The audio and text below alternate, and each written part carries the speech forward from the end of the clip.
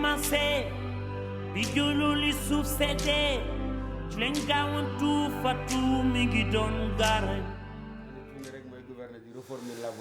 nuyu naa leen ayu bés bi ku nekk xam na ni li fi li coow mooy lu jëm ci jongante yooyu nga xam ni mooy teel 45 départements yi ci réew mi jëm ci mbirum au conseil yi nga xam ni ñu ngi leen fi doon fal ginnaaw bi loolu amee nag daal di jur coow ci biir APR di parti au pouvoir ginnaaw bi nga xam ni coalition bi ñu bokk muy Benno Bokk Yaakaar mu ëppale la mu ci jël li nga xam ne nag moom moo gën a jur coow li mooy bi ñu nee dañu perte fii nga xamante ne moom mooy Ndakaaru ca biir parti socialiste ka nga xam ni moom moo fa beddeeku di ànd taxawu Ndakaaru di Khalifa Sall jël ndam li ci Ndakaaru muy loo xam ni neexul ay ñoñam ba sax ñu ngay waxtaanee anam yi ñu ko génnee ci biir parti bi balaa ñuy sorey dañu si déglu Hadiya Talla rek ngir ku nekk juróom-ñetti fukki ndaw penc au conseil des collectivités territoriales yi ñu war a tàbb ginnaaw jongante yi Benno Bokk Yaakaar dina ci am lu toll ci juróom benn fukk ak juróom-ñetti conseillers bi ñu jëlee ndam li fépp ba mu des lu mel ni Ndakaaru Ziguinchor Gossas ak Bounkiling kujje politique bi daal di ci am fukk ak ñaari siège mu nekk ndam bu dese neex ci coalition Benno Bokk Yaakaar ndax ñàkk bi ñu ñàkk Ndakaaru te Khalifa Sall jiite liste ànd taxawu Ndakaaru ak Ziguinchor di béréb bi Abdoulaye Baldé jiite lajj boobu nag ci ñaari gox yooyu di jur coow ci biir coalition Benno Bokk Yaakaar rawatina ci parti bi di APR. ki di Yakham Mbaye bokk ci secrétariat exécutif national moo njëkk génne ay kàddu yu ñagas jëmale ko ci Abdoulaye Diouf Sarr di maire Yoff ne moo waral lajj bi coow li daal di ne kur mel ni ñuy tamante dëmm ci biir parti APR am ñuy gas am ñuy suul pënd daal di wure lépp xew ci ginnaaw tukki bi njiitu réew mi tukki woon nekk tamit njiitu APR bi mu ñëwee mu fas yéene indiwaat dal ci biir parti bi dem bay ne dina jël dogal yu bees rek ngir ku nekk xam fi mu yem ak sancañam ci biir parti bi jafe-jafe yi du ci biir APR kese lañ ko nemmeeku parti socialiste tamit kenn demul mu des Khalifa Sall mi beddeeku woon daal di bañ a ànd ak Benno Bokk Yaakaar ginnaaw bi mu taxawalee listam ànd taxawu Ndakaaru mi nga xamante ni moo yóbbu ndam li ci biir Ndakaaru te mu doon jongante ak Benno Bokk Yaakaar te nga xam ni kii di maire Alioune Ndoye donte ñoo bokk parti socialiste daal di jiite am ñu xalaat ne maire de Dakar ak ñooñam dañ leen war a dàq ci biir parti socialiste ndax dina yomb bu ñu sukkandikoo ci détermination bi ñu gis ci yenn ñi nga xamante ni ñoo ànd ak Khalifa Sall li ci mënti xew parti socialiste kese moo ci nar a am ay gàllankoor coow li ci biir élection au conseil des collectivités territoriales yi daanaka moom la ñuy nemmeeku ci ëllëgu wote yépp muy législative yi ak locale yi bi fi ñaareelu alternance bi amee ba tey jii. kon mbir maa ngoog ci tënk Charles Faye ginnaaw boo noppee ci la ngay def kon bul ñëw si Charles Faye dañuy defaat nii si professeur en attendant ñu ñëw si Charles prof noonu nga gisee ban njàngat nga am ginnaaw li Hadiya tënk ci jongante yi ñu weesu. waaw balañ ci yegg directement bëggoon naa nag nga may moom jàlle leena kenn koo xam jóge na fi muy Bara Diouf. Bara Diouf c'est l'ancien journaliste. Doyen ancien directeur du Soleil. Oui, parfaitement. boo gisee nag ma koy ubbee wax dëgg yàlla dafa doon koo xam ne intellectuellement ñun daf ñu marqué facile ni parce que ba ñuy nekk ndaw doon naa wax ni sax loolu ñuy wax éditorial xaw ma nu ñu koy firee ci wolof ñun dañ ko doon xëccoo dañ doon yàkkamti altine rawatina bu amoon gan goo xam ne ñëw na fi ñu war koo teertu wax dëgg yàlla éditorialu Bara Diouf bokkoon na ci li ñu doon gën a marqué donc mu nekkoon une autre école de journalisme yaakaar naa mu nekkoon doyen nekkoon modèle mu nekkoon référence wax dëgg yàlla kooku ñu ngi ñaan rek yàlla xare ko àjjana te du wax ni ñu wax dëgg yàlla c'est une grande école de journalisme c'est une perte énorme pour la presse sénégalaise parce que malheureusement nous brillons un peu par notre ingratitude am na ku doon wax ne les dettes intellectuelles sont de celles qui se payent le moins mais man de je m'en voudrais bu ma jaalewul vraiment Bara Diouf parce que wax dëgg yàlla encore une fois il nous a fait intellectuellement newuloon rek taskatu xibaar mais jàngalekat la woon maanaam niveau de langam culture ba mu doon charrier boo ko doon lire wax dëgg yàlla kooku réew mi war na ko delloo très bien donc ñu ngi koy jàll di ko ñaan yàlla. alors il serait de bon ton directement ma jëm si Momar Diong toujours dans la foulée ndax Momar tamit ku ñu ràññee la si métier mi donc prof wax na ko léegi école boo xam ni daanaka sax namm nañu ko jamono ji. maa ngi kontaan d'abord ci jotaay bi. kontaan itam ci professeur ni mu ubbee jotaay bi. parce que Bara Diouf nekk na koo xam ni bu fi dëddoo perte bu mag la pour journaliste yëpp au Sénégal. rawatina sax aussi africain ak fépp ci àdduna bi parce que koo xam ne la comme ni mu ko waxee marqué na des générations et des générations de journalistes xanaa kay moom lépp daanaka sax wax na ko témoignage bi mu def daanaka kenn amul loo ciy dolli xanaa rek ñaanal ko fa mu jëm gënal ko fii mu jóge yàlla teg loxoom ci njaboot bi te sàmmal ko ko. waaw jërëjëf Khalifa di jaale parce que doomam Papi Diouf suma xarit la ñoo doon ànd dina rek référence la woon référence parce que Bara Diouf dafa am ko ñu ko encadré pour devenir ce qu'il est devenu il a fallu qu'il ait des aînés les fondateurs justement du Soleil mooy ñoom Dioum ak ñeneen ñu fa newoon kooku day am rek lu muy won mooy que balaa nga mun a dem rek ak modèle et c'était un modèle il va falloir peut-être qu'on s'en inspire et des générations qui viennent comme nous on s'est inspiré de lui. waaw li gars yi wax rek déjà toutes nos condoléances à sa famille. à toute la corporation. mais man fi may dool rek parce que gars yi wax nañ lépp daanaka mais Bara Diouf rek signature la xam nga dafa am lu mu tekki ci journalisme. bu nee Bara Diouf rek ça renvoie à un personnage par rapport ak contenu bi orientation vision sensibilité am ak ni nga xamante ne noonu la doon traité bind ak niveau bi comme ni ko professeur waxee. donc ñun ñi nga xamante ne ay tuut lañu tekkee guñu dara ci mbir mi. di ñaan yàlla yegg fa mu yegg jot foofu bu ñu nee X ñu am signature suñu tour nekk signature parce que loolu mooy propre journaliste yi voilà. bon en fait man du ma journaliste c'est vrai que ñun ñëpp bu ñuy màgg gis nañu li Bara Diouf damay profiter parce que bon ñun comme si domaine boobu aussi dañ ciy yëngu je pense aussi que gis naa ni moom mooy waajuru soxna Kiné Diouf bi nga xam ne moom mooy soxna si Thione Seck di donc maam si Wally Seck ak waa famille am donc ñuy profiter aussi di leen jaale donc double perte la parce que bon ku nekk xam na li nga xam ne famille boobu représenté na ko ci musique fii ci Sénégal donc ñu ciy profiter aussi di leen jaale yàlla na yu suuf sedd si kaw. Professeur, merci, tu m'as évité le péché capital. Alors Charles Faye nan nga gis ci lu jëm ci mbirum HCCT bi dégg nga at yéen mu ko tënkee yow ban lecture nga si def. lecture comme ñu bëri dafa am plusieurs niveaux de lecture dafa am ay lecture yoo xamante ne moom moo dem si wàll boobu mooy au conseil bi mu am ay lecture yoo xamante ne moom c'est parcellaire moo concerné ay partis yoo xamante ne ñoo ko doon xëccoo ak ñoo xamante ne bokkuñu si parce que dafa am ñu si bokkul mu am ay partis yoo xamante ne seen biir xeex nañu donc boo ko xoolee da ngay xool que quand même am na benn victoire mooy par exemple à Dakar la victoire ku ne la victoire de Khalifa Sall ne la défaite de Diouf Sarr parce que c'est quand même une lourde défaite pour lui parce que si doo xamante ni si lu ma déggoon defe naa sax nit ñi bëgguñu woon wala président sax si lu ma am sumay investigation bëgguloon sax daje boobu confrontation boobu mais jot na am te joxe na résultat boo xamante ne moom moo am Dakar. ba pare nag si biir mu am si biir PS beneen xeex boo xamante ne am na ko mu fortifié muy Khalifa Sall en tout cas à Dakar et Dakar est la rebelle et ça donne quand même des idées par la suite maintenant il faut voir les choses de manière aussi très intelligente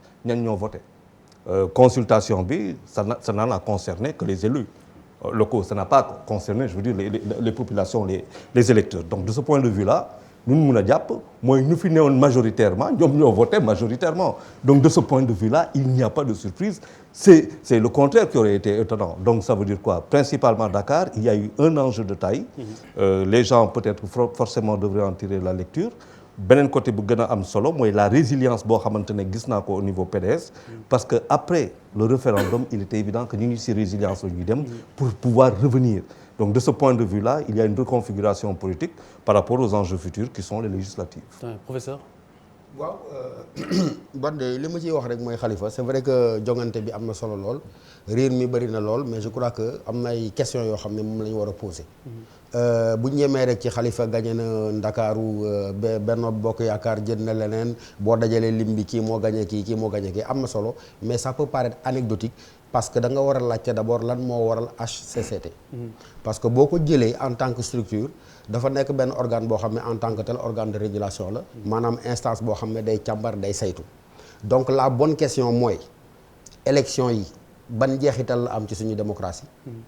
bu ñu laajtee loolu ba pare xëy na tontu ko niñ ko war a tontoo dinañ mën a comprendre est-ce que enjeu yi fekk nit ñi teg est-ce que bokk na ak fa mu waroon a teg. boo demee ci conception démocratie moderne maanaam ci wàllu démocratie ci réew yi boo gën a xool ni muy doxee.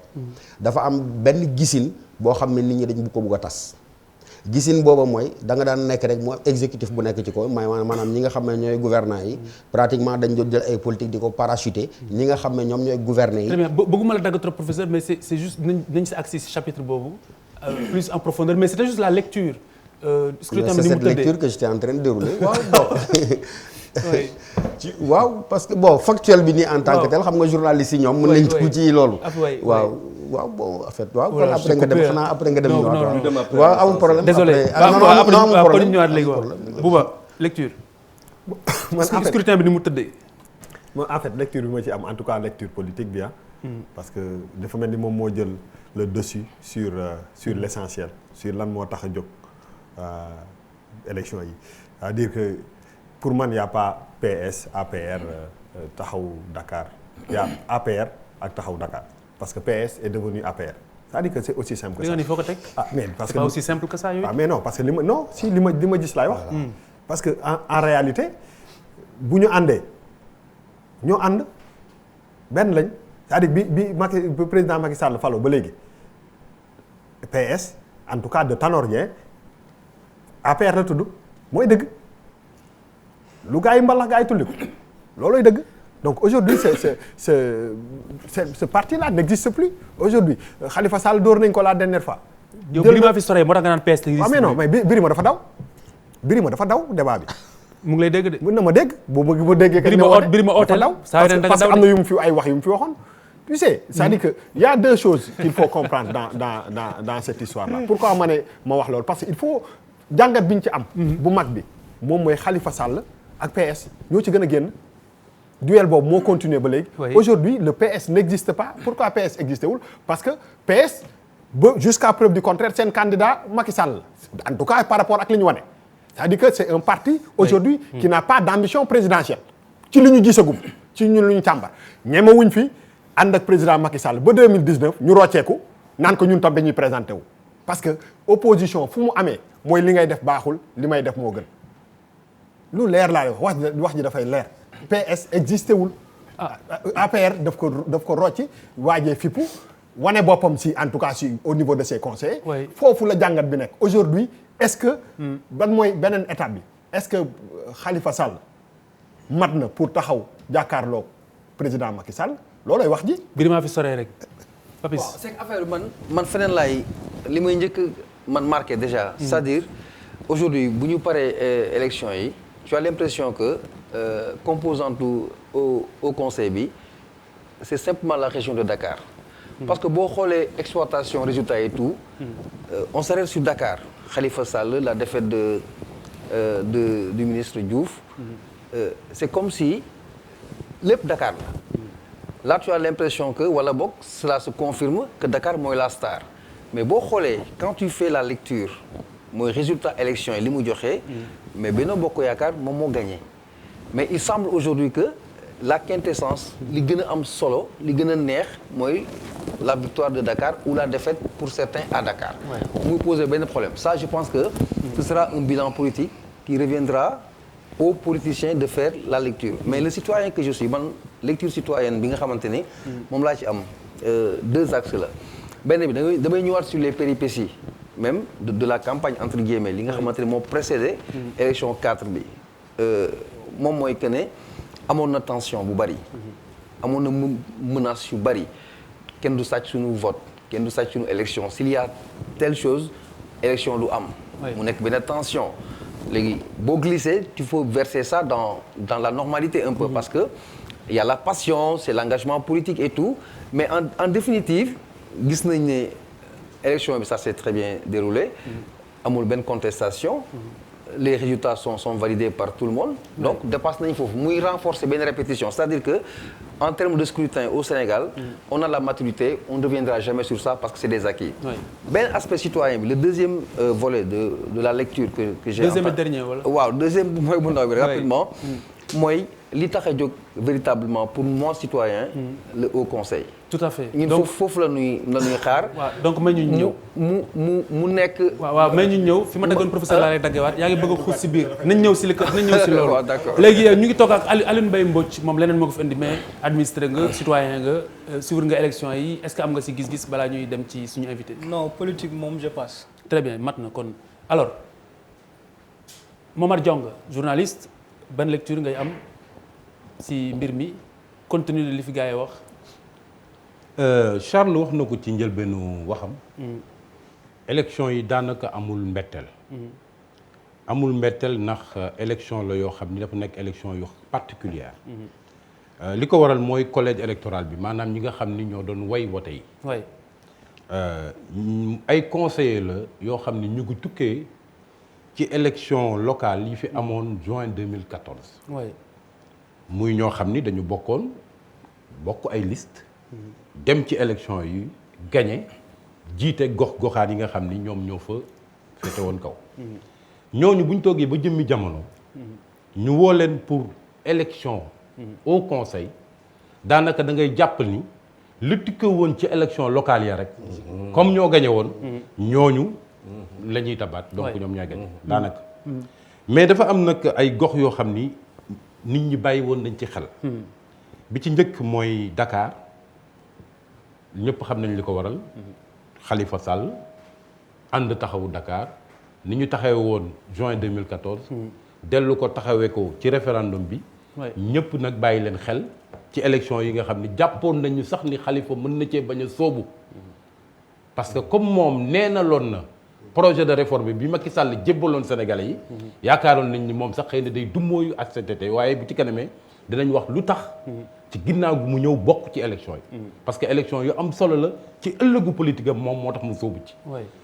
beneen gox bi ñu bàyyi woon xel mooy Ziguinchor. li ko waral mooy Ablaye Baldé féete ci kujje gi. ñu njott ni sax xëy na bu ñu demee ba 2019 mën naa samp ndëndëm. keneen ki ci beneen bu gox bi muy Dagana.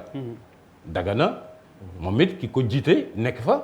ba 96 ba léegi muy gagné ay élections. mooy coordonnateur national PDS. PDS nekk parti bi rëy gën a rëy ci kujje gi. donc kooku ki ko jiite fan yii. ki ko jiite en l'occurrence Omar Sarr. bu dee soobu ci élection yu mel nii. dina tax ñu bàyyi ko xel. mënoon nañ bàyyi xel comme ni ñu bàyyi xel Dakar. Dagana Ziguinchor mënoon nañ bàyyi xel fu mel ni Thiès. waaye Idrissa Seck dafa dummóoyu élection yi moo tax finalement. enjeu ba amatu fa woon. fu mel ni Bambey. nga xam ni ko mel ni Soxna Aïda Mbodj gis nañ ni mu taxawee ci élection locale yi. dellu si taxaw ci élection yi ñu ci conseil départemental ak yu mel noonu. donc moom it zone la bu ñu bàyyi woon xel waaye dafa dummóoyu élection yi. fii ci Dakar itam Géejawaay. parti bu mel ni parti Malick Gakou bu ci sóobu woon. localité bu ñuy bàyyi xel la. donc daal ci tënk amul mbetteel. am na ci gox-goxaan yu ñu bàyyi woon xel rek ndax configuration bi ni mu fa demee. bi ci ëpp solo nag mooy Dakar. Dakar nag coowal parti socialiste bi mu yëngoo boobu ba léegi. bii kan taxaw nii fare ak Tanor Dieng. ni dañuy lëngoog Macky Sall ba mu jeex. amul dara lu ñuy bàyyi ci yëngoo bi. dàquñu sax ñuy jëm élection législative ñu bokk ànd Benno Bokk Yaakaar comme ni ñu ko àndee boobu ba léegi. dàquñu sax dem ba war a tabb candidat ñu bàyyi fi seen parti jël Macky Sall tabb ko mu nekk seen candidat mooy benn wàll bi. beneen wàll bi mooy wàll Khalifa Sall. ñi yaakaar ni ñoom parti socialiste ci jaar-jaaram ak ci nekkinam ak ci taarixam xel mënut a nangu muy bootu ci ginnaaw parti di ngemb beneen mbër bu soqeegoowul ci moom. mais biñ ko defee ba léegi ñetti nattukaay fi am. nattukaay bu njëkk bi mooy juin 2014. foofu ma jàpp ni sax li sooke taxawu Dakar erreur la bu tukkee ci Macky Sall ak APR. comment. li tax mu tukkee ci ñoom. mooy nit bu fekkee na nga lëngoog partem ay ministre partem nekk ci gouvernement bi. ngeen ànd dem élection en 2012 ci Benno Bokk Yaakaar ngeen gagné. bi lay yàlla di indi ci réew mi fekk na moom ñett at lu ko jiitu. yàlla teg mairie de Dakar ci loxoom. ngeen ñëw ànd bi continuer ñu dem ba war a def élection locale. li gënoon la rafet xëy na ci jamono yooyu. moo doon ni Khalifa wax dëgg yàlla ànd bi parti socialiste ak APR ànd ci Benno Bokk Yaakaar ba léegi rafet na. dara du ko yàq. yow nag bi ñuy jël réew mi fekk na la Dakar waaye wóolu woon la ba jox la. yaa ngi laajaat amul dara lu ñu fiy xëccoog yow. ni ñu ko àndee defe ko nii ci gouvernement bi. defe ko ci élection présidentielle nañ ko defee noonu. mais foqar ci ba ñu ko bëggoon foqar ci moom mairie de Dakar. nga dégg sax benn ministre bu mag bu fi nekkoon naan Khalifa Sall bu fekkee bëgg na nekkaat mairie de Dakar il faut que mu ñëw APR. soxna si fi nekkoon premier ministre fàqe ca lang ja ni moom day songi Khalifa Sall Grand Yoff pour neenal ko foofu. mais bii nga xamee ni Khalifa Sall. ci fukk ak juróom-ñeenti communes yi nga xam ni ñoom lañ doon xëccoo Dakar. am na ci gañaay gu leer a leer gañe fukk ak juróom-benn yi ca lañ ko def mbër. ca la jógee am doyuwaay bi. ay ñoñom ca lañu jóge yaakaar ni kii nag ay la yéwén waxuñu sax local waxuñu sax mairie de Dakar. waaye xelam sax mën naa nekk ci xëccoo réew mi. loolu mooy erreur bi nga xam ni. moo sookee ànd taxawu Dakar. très bien léegi nag. élection yi. dafa am solo ci ëllëgu Khalifa Sall. Khalifa Sall dafa dem élection locale gagné gañaay gu rëy. ñu teg ci ñaari at Macky Sall proposé projet de réforme constitutionnelle mu ñàkk rafetlu ci déclaration solennelle. li président ñàkk sàmmoo kàddoom. ni woon dina yëkkati mandat am jële ko ci juróom-ñaari at indi ko ci juróom. yamul ci loolu. mu battre campagne pour non bi. gagné yàlla def fépp wii bi gagné fa ba ci bureau de vote am. donc li mu am ci référendum bi boo ko méngaleeg li mu amoon ñaari at yu ko jiitu. ci local yi. nga xam ni daanu woon na. moo tax élection yi li tax mu sóobu ci sax mooy loolu. c'est-à-dire daanu boobu mu daanu woon ci référendum bi. moom la bëggoon faase ci lii. léegi nag bañ njeexital lay am ci moom. gis nga ay Ali Kalaj ji. ci biir parti socialiste. mooy bu ñu demee ba jëmmi jamono ba toll ci. war a tànn candidat. Khalifa Sall foofu la ngañaayam bii di am solo. législative yi ñu dëgmal 2017 itam foofu lay amee solo ci moom. bu fekkee ni am na ci ndam gu toll ni bii. très bien parce que bu boobaa. mën na taxaw au sein du parti socialiste. parce que parti socialiste règlement am dafa leer. boo bëggee ñu tabb la candidat. benn da ngay bokk ci parti bi. ñaar coordination sax moo lay parrainer. waaye est-ce que bu boobaa Khalifa Sall bu defee jaar-jaar yi. am ndam bi mu am juin 2014. delluwaat am ko ci haut conseil bi. ay ñoñam njort ni mën na koo am ci législative. bu boobaa bu yëkkatee loxoom samp ndëndëm. kenn mënu koo neenal. très bien mais est-ce que déjà la question yi nga xam ne ñu bari ñu ngi koy posé wu est-ce que victoire Khalifa Sall bi ci Ndakaaru ci élection haut conseil bi est-ce que am na crédit bu firnde woo ne ni ko ñeneen ñi waxee waa APR ci seen biir. ñoo xeexante ci seen biir ngir xañ ko kenn ci seen i ñoñ en l'occurrence maire de Dakar di Abdoulaye Diouf Sarr. non yaakaaruma lu mel noonu xam nga lu tax yaakaaruma ko parce que APR boo dee xool sax. ak Benno Bokk Yaakaar de façon générale dafa am yokkute ci élection HCT bi par rapport ak local ya. mais Dakar puisque les parce questions que Dakar junni ak lu teg tuuti ci ay conseillers ñoo fi doon voté. ca mujjantal ga Khalifa Sall am na. juróomi téeméer ak juróom fukk ak juróom-ñaari xob. Benno Bokk Yaakaar am ñeenti téeméer ak ñeent fukk ak ñaar. daanaka lu mat téeméeru baat tàkkaliwu leen. xam nga gañe boobu donc boo ko nattee ak gañe ga mu gañe woon te yaatu lool.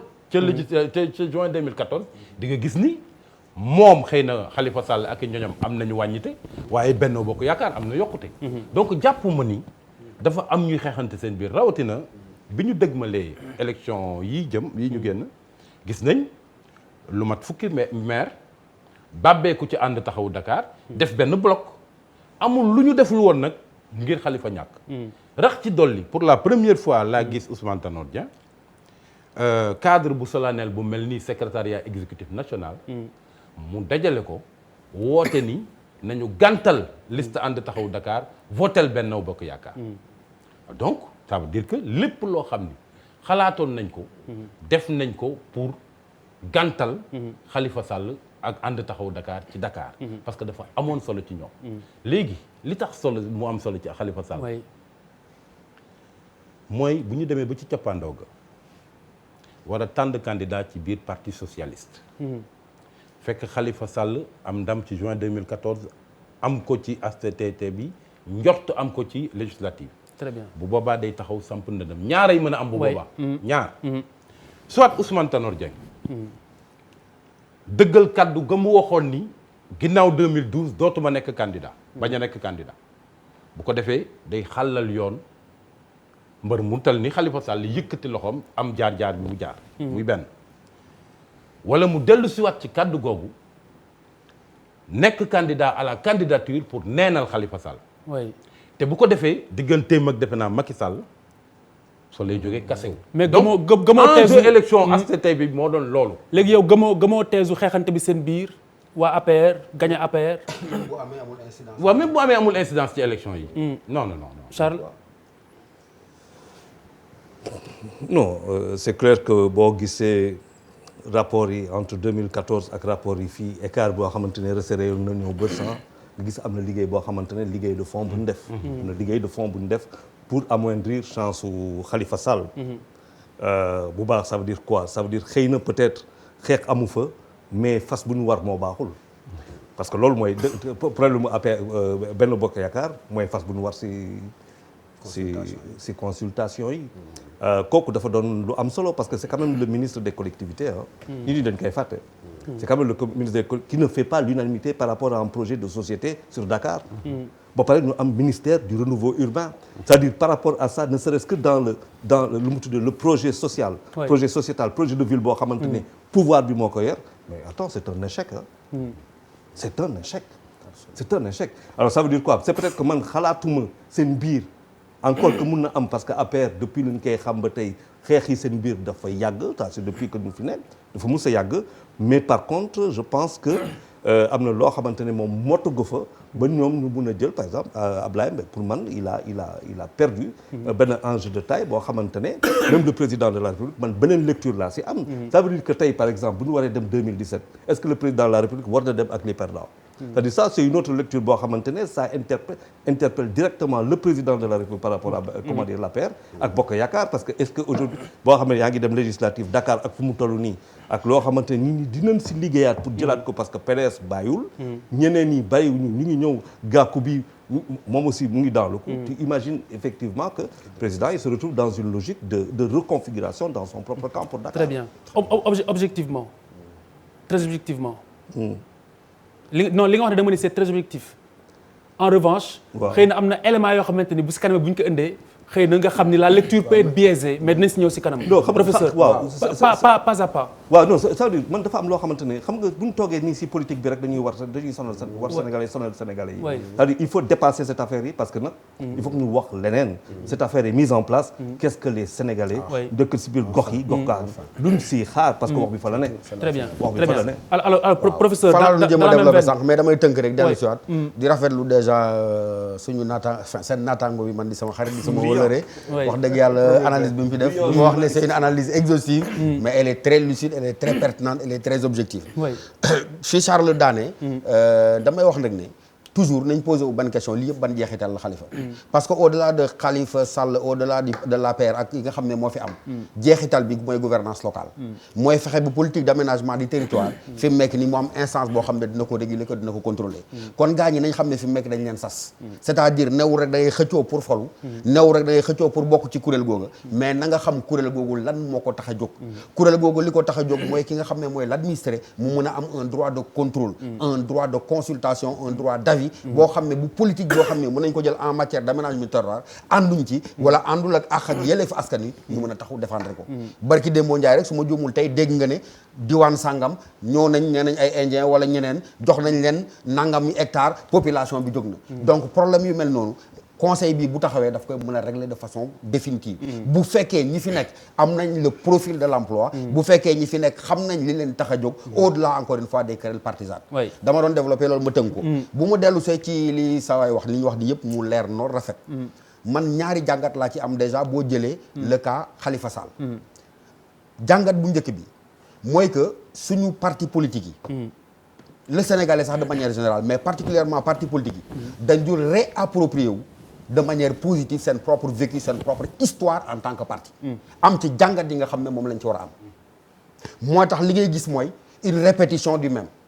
boo jàngatee le cas Khalifa Sall beesul. acteurs yi ñoom ñoo bees. mais dans la vie du parti socialiste. kii nga xam ne moom moo ko jiite tey. bañ fi waxee mos naa ko fàttali congrès sans débat conséquence yi lan la. daal di parachuté koo xam ne moom mooy Ousmane Tanor Dieng. conséquence bi lan la Moustapha Niasse jaar nii Djibo Ka jaar nii ñu dem en 2000 parti bi implosé ñu perte pouvoir bi. donc ma yaakaar ne koo xam ne yaa ne woon acteur central. war nga réapproprier cette histoire là daal di ne lii. waxuma en tant qu'individu. parce que nee na la personnalisation parti yi moom mooy indi problème ci démocratie bi. donc boo génnee sa bopp fàtte sa bopp. jàng sa histoire parti di nga ne man kat barki Dembo Ndiaye damaa jël parti boo xam ne ca BPS la commencé boo yegg si ci man. mu ne woon parti boo xam ne dafa fédéré woon li fi noonu ay cadre fédéré li nga xam ne moo fi ne woon ay xam-xam waaye ba diw muy Abdou Diouf yeggsee ne man kii mooy sama mbër samp ko ci langue bi ca la parti ba tas.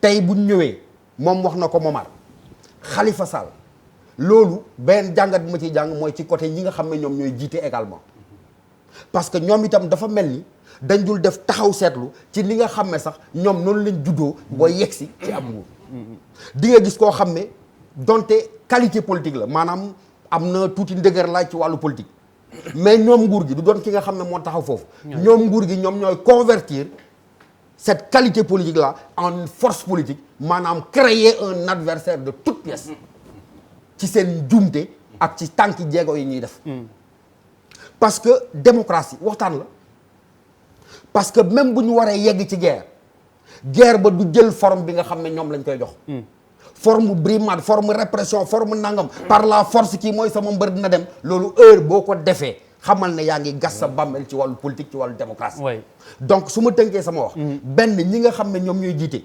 dañuy nekk ci ay njumte yoo xam ne ñoom ñooy fabriquer seen propre ennemi fabriquer seen propre adversaire alors que loo xam ne la moon nañ ko observer convertir ko en une force dynamique boo xam ne daf leen dolleel mais du leen wàññi mënuma bañ a rebondir ci li professeur wax pour étayer ko parce que nee naa sànq Khalifa Sall APR ñoo ko def adversaire créer ànd taxaw Dakar mu nekk réalité mais li mu ni répétition la lay leeral gis nga bukki bi màttoon Ablaye Wade damay ragal mu xuri Macky Sall parce que Ablaye Wade tamit loolu la def Ablaye Wade dafa am mbooloo mu takku bu ànd fal ko muy fal ñu teg ci ñetti weer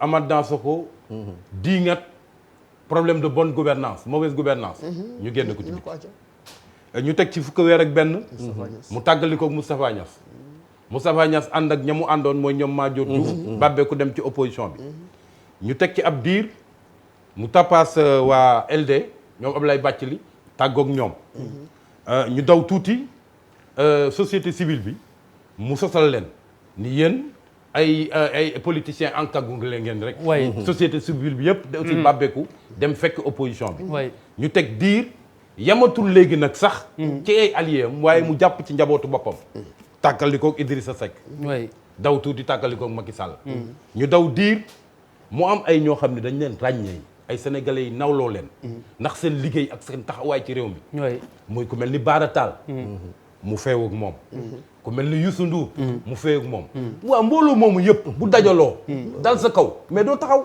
léegi nag lu ni mel la ñu seetlu tey jii xoolal ñu nekk ci ku jóge Abdoul Mbaye fu mu jógee Cheikh Tidiane Gadio fu mu jógee Malick Gakou fu mu jógee Amsatou Sow Sidibé fu mu jógee professeur Malick Ndiaye fu mu jógee noonu la ñuy créer ba ci Ousmane Sonko noonu la ñuy créer une adversité donc il faut que ñi nga xam ne ñoo wër Macky Sall quand même ñu xelal ko xam ni que am na loo xam ne mi ngi fay dem te njuumte la mais tamit mais tamit loolu tekkiwul ne il faut céder à ces formes de pression politique également. Mais est-ce que pression la bon kon baax na est-ce que pression la je ne crois pas que pression la non est-ce que ragal créer adversaire jar na non mais adversaire li la wax mooy adversaire li ñu wax mooy adversaire doo ko créer day nekkal boppam naturellement mais lii dommageable mooy ki nga xam ne comme ni ko waa ji waxoon moon nañ fee régner pendant 50 ans mais nga bu fexee parti ba tas na ci nekk di ñoo di loxo te parti waroon c'est-à-dire fii duñ fi wax ñaar yi mooy Momar ak Sondé l'intelligence politique moo fi amul on vit l'intrigue politique au firmament et en permanence. Oui. et loolu mooy suñu danger loolu moo fi très bien Bouba. en fait. non damay fàttali est-ce que victoire bi ñuy wax ne Khalifa Sall foqati na Dakar est-ce que c'est crédible bu ñu jàppee ni dafa am ñu ne. waa APR ñoom ñoo. man bëgguma xeexante seen biir. bëgguma wax ci question bi nga may posé. kon nga noppi ma dem si Papis boo bëggul wax li ma lay wax nga noppi ma dem si Papis ba mu ñëwaat si yow. non li ma laaj ngay tontu. déggoo li mu la. ba laaj li ma la tontu dañu may jàll de. fenn nga dul jàll de. non damay jàll bu ma jàllee pare non après mën nga dem si divers Khalifa non li ma la laaj nii moom ngay wax. di ma bàyyi ma wax li may wax. bàyyi nga kàddu bi fële pendant 30 minutes. dama ko laaj mu tontu si li ma ko laaj bul sonal Sénégalais yi dëgg li may wax laaj tontal li ma la laaj pour sonal damay wax li ma bëgg a wax. li ma bàyyi ma wax kon même boo ñëwaat si. déedéet dama ma jox parole ba pare duma la ko delloo damay wax li ma war a wax comme temps de parole bi nga jox. dama ko delloo dama koy fuxati damay wax dama ne bul sonal sa bopp non dama ko bàyyi mu wax kon c'est le bordel. non il veut rebondir. non mais je suis pas même rek. damay rebondir ci li ñu wax mënoo ma tere. looy rebondir. damay wax da ngay tontu ci li ma la laaj. du mani damay wax waaw d'accord damay tontu ci li ma laaj ok d'accord. maintenant ba magoo ma nangu ko de. maintenant lu ma mago de. lu ma bëgg a wax lu ma bëgg a wax. li ma la laaj si la ma laaj. lu ma bëgg a wax dama ne. waaw. gis nga. daf may magu. tu peux voilà. dama ne. c'est-à-dire que li ñu fi wax yëpp man personnellement dégg naa ko mais Dakar am na le gars de Parcelles Assainies le ministre ministre non. Amadou Ba. qui est là c'est-à-dire que c'est une génération boo xam ne ku nekk yaa ngi gën a positionné wu. bul sonn moom mooy ministre des finances bàyyi moom may eggali lu may wax parce que man ku nekk ak sa jàngat bi ngay am. c'est-à-dire que Khalifa Sall. Macky Sall ñëpp xam président Macky Sall xam na ni Khalifa Sall il a des ambitions présidentielles pourquoi ngeen bëgg jël wax bi yóbbu ko foofu y a une génération qui n'a plus d'ambition en tout cas présidentielle muy AFP muy PS léegi ñoom ñu jël otage seen parti ñan si ñooñu ko jiite du bàyyi ma teggi mais ban parti dama ne la mais AFP waaw y a AFP ak PS qui sont de grands partis réew day am opposition c'est une génération boo xam ne ñoom ñooñu ñëpp ci même génération la ñu bokk dañ ko nar a xeex te ñoo koy xeexi suba c'est tout à fait légitime problème bi moom mooy aujourd'hui le PS ne peut presque plus se permettre d'avoir un candidat parce que tout simplement lépp lu ñu laaj président Macky Sall dinañ ko laaj war na ci mën a tontu parce que ñoo ànd cheminer ba tey kàngam yu mag yi nga xam ne ñii ay ministre lañu ñu nekk ci gouvernement Macky Sall ñooñu ñoo nekk ci ginnaaw Ousmane Tanor Dieng téye parti bi bloqué affaire bi ci biir parti boo xam ne y a pas de démocratie dëgg la loolu mooy problème bi aujourd'hui su fekkee ni yow amatoo ambition présidentielle mooy que sa wàll jeex na bàyyil keneen ku am ambition nga may ko doole mu dem kii le Sénégal en a besoin. Absolument. Sénégal moom moo soxla loolu ji nga nuñ ko mun que li grand bi war na ma ne sànq par exemple Khalifa Sall même bu ko gars yi ne woon dañuy ànd ak yow ci élection 2014 yi voilà pour vraiment jàppale la du tere Khalifa Sall mu am ay ambition présidentielle parce que Khalifa Sall il sait que en principe c'est le moom mooy héritier normal bi nga xam ne moo war a uutu fauteuil boobu pour mën a jàkkaarloo ak keneen ku fi nekk te loolu lañ ko xañ te loolu moom mooy dooleem c'est ça le problème au niveau de l'APR si boppam y a un problème de leadership chacun fu mu nekk ni ku nekk yaa ngi jéem a positionné wu pour mën a jàkkaarloo Khalifa Sall pour téye Dakar donc c'est ça le problème donc ce qui veut dire que ni mënu leen fexe ba biir APR ñu minimiser les querelles yi am ci biir APR pour que cette position de leadership là Abdoulaye Diouf Sarr mi ngi koy xeex ak kii yaa xam ñu ngi koy xeex ak kii Amadou Ba vous la vérité xam ngeen ko Dakar la ñu dëkk on est là parce que c'est quoi la vérité Bouba vérité bi moom mooy que ci biir APR ci boppam am na xeex boo xam ne pour mën a jàkkaarloo ak Khalifa Sall il faut avoir les moyens jàkkaarloo moom te loolu xeex boobu c'est au détriment de l'APR parce que mais le problème là vous xam ngeen ko loolu la bu ñu waxantee dëgg rek ay wëri koñeeg yooyu yëpp jaru ko dama ne aujourd'hui Khalifa Sall il a un parti boo xam ne mi ngi ciy milité depuis 30 ans. ok Bouba soxla parti boobu parti bi ne duñ la ko jox. Bouba xool mu dem def nekk Bouba xool ma waa APR seen kërël yooyu ñuy kërëlewu di positionné wu ñoom ñooñu est-ce que loolu moom moo dooleel Khalifa Sall loolu nga bëgg a wax. non dama ne la. waaw dama ne la aujourd'hui est-ce que biir APR du ñu sax faxatal kenn ku nar a jiitu ab Khalifa Sall profité ci. comme kan. je ne sais pas non dama ne la. aujourd'hui biir APR. il y a Abdoulaye Diouf Sarr. wax dafay leer man li may wax man la engagé dama ne la aujourd'hui biir APR. bu ñu amee jàngat. il y a Abdoulaye Diouf Sarr. il y a Amadou Ba. te tant que gars yi définir wuñu un peu. waaw mais d'accord mais bërki Dembo Ndiaye la ñëw. boo ma nee am na Abdoulaye Diouf Sarr. Amadou Ba am na mais grand kii Momar yow yaa xeeb Amadou Ba mais. mais man xeebu ko non moi ce que je dis. non man aujourd'hui ce que je dis. Parcelles Assainies. dama wax ne am nañu ko jiitu moom. mais non d'accord très bien jiitu taxul gën a am doole. non li may wax dama ne la aujourd'hui ci jàngat. bu cru. bañ fi nekk di dugg ci ay di wëri koñ. dama ne la aujourd'hui li ñu naan l'appétit vient en mangeant. quand tu t'installes aux Parcelles Assainies. ak ñi fa nekk ci ay nit. très bien nga nekk ministre des finances. bàyyi ma eggali.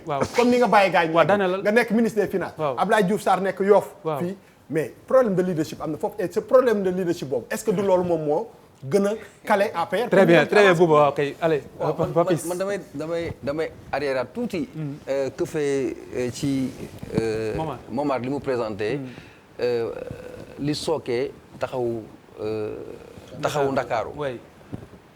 je suis bien couvert il va me protéger parce que c'est un spécialiste en analyse politique mais tey damay xuus je prends le risque de dire ce que je pense par rapport à ça parce que man sama xam-xam bu gàtt.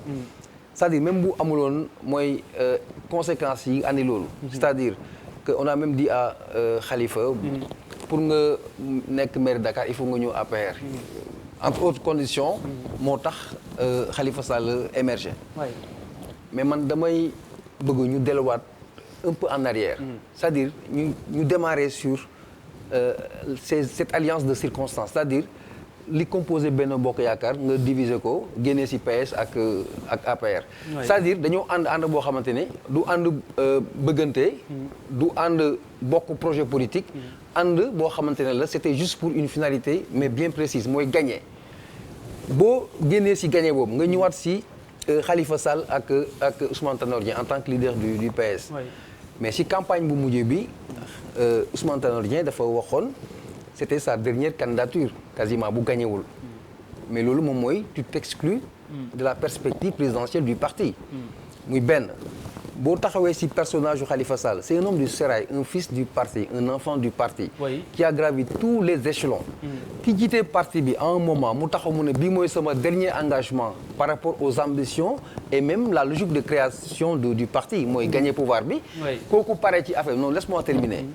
ça veut dire que il s'exclut même du jeu politique par rapport à la présidentielle li tax parti bi jóg mais Khalifa Sall mais c'est très logique. mais c'est vraiment logique mu positionner wu pour 2 raisons ou 3 ou 4 ça dépend si temps bi nga may.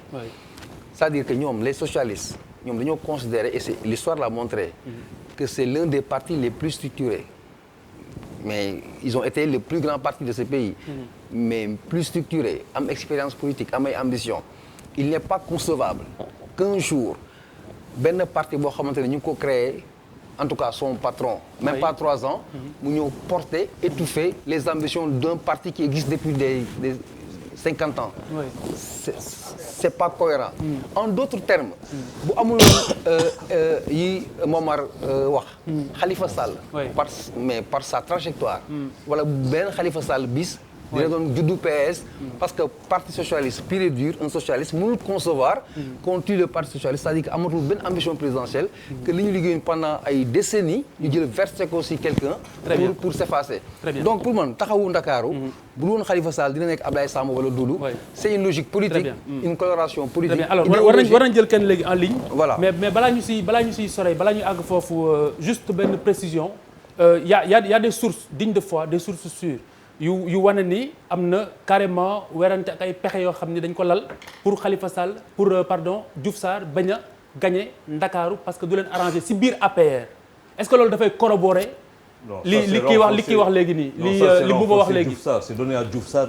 c'est donné à Charles, je suis désolé. Charles Faye. Non, c'est donné à Diouf Sarr ce qu'il n'a pas. Charles, écoute-moi bien. Non. Je suis journaliste. Non, moi, non mais Charles Faye déglu ma. waaw man aussi je suis journaliste. non waaw déglu ma du ma toog si télé di wax lu ma xamul. waaw mais dama ne dégg nga sama introduction est-ce que dégg nga sama introduction. waaw dégg naa léegi bàyyi ko mu tontu après nga wax non mais bàyyi ko mu Ah tontu oui, balaa ngay naaw. on va pas se laisser tontu si manipuler. li ma la wax.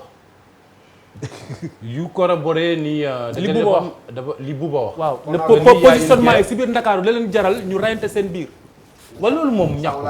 oui waaw loolu on l'a intégré ci analyse bi loolu moom ñàkkul. moo tax sànq sax bi mu tuddee Abdoulaye Diouf Sarr. dal di tëb tudd Amadou Ba. xeebuma Amadou Ba. mais dama ne Amadou Ba sax am na ñu ko jiitu. ci bataille de leadership boobu à Dakar. fooy def Mimi Touré. Exactement. fooy def Seydou Gueye. oui fooy def Mbaye Ndiaye. Exactement.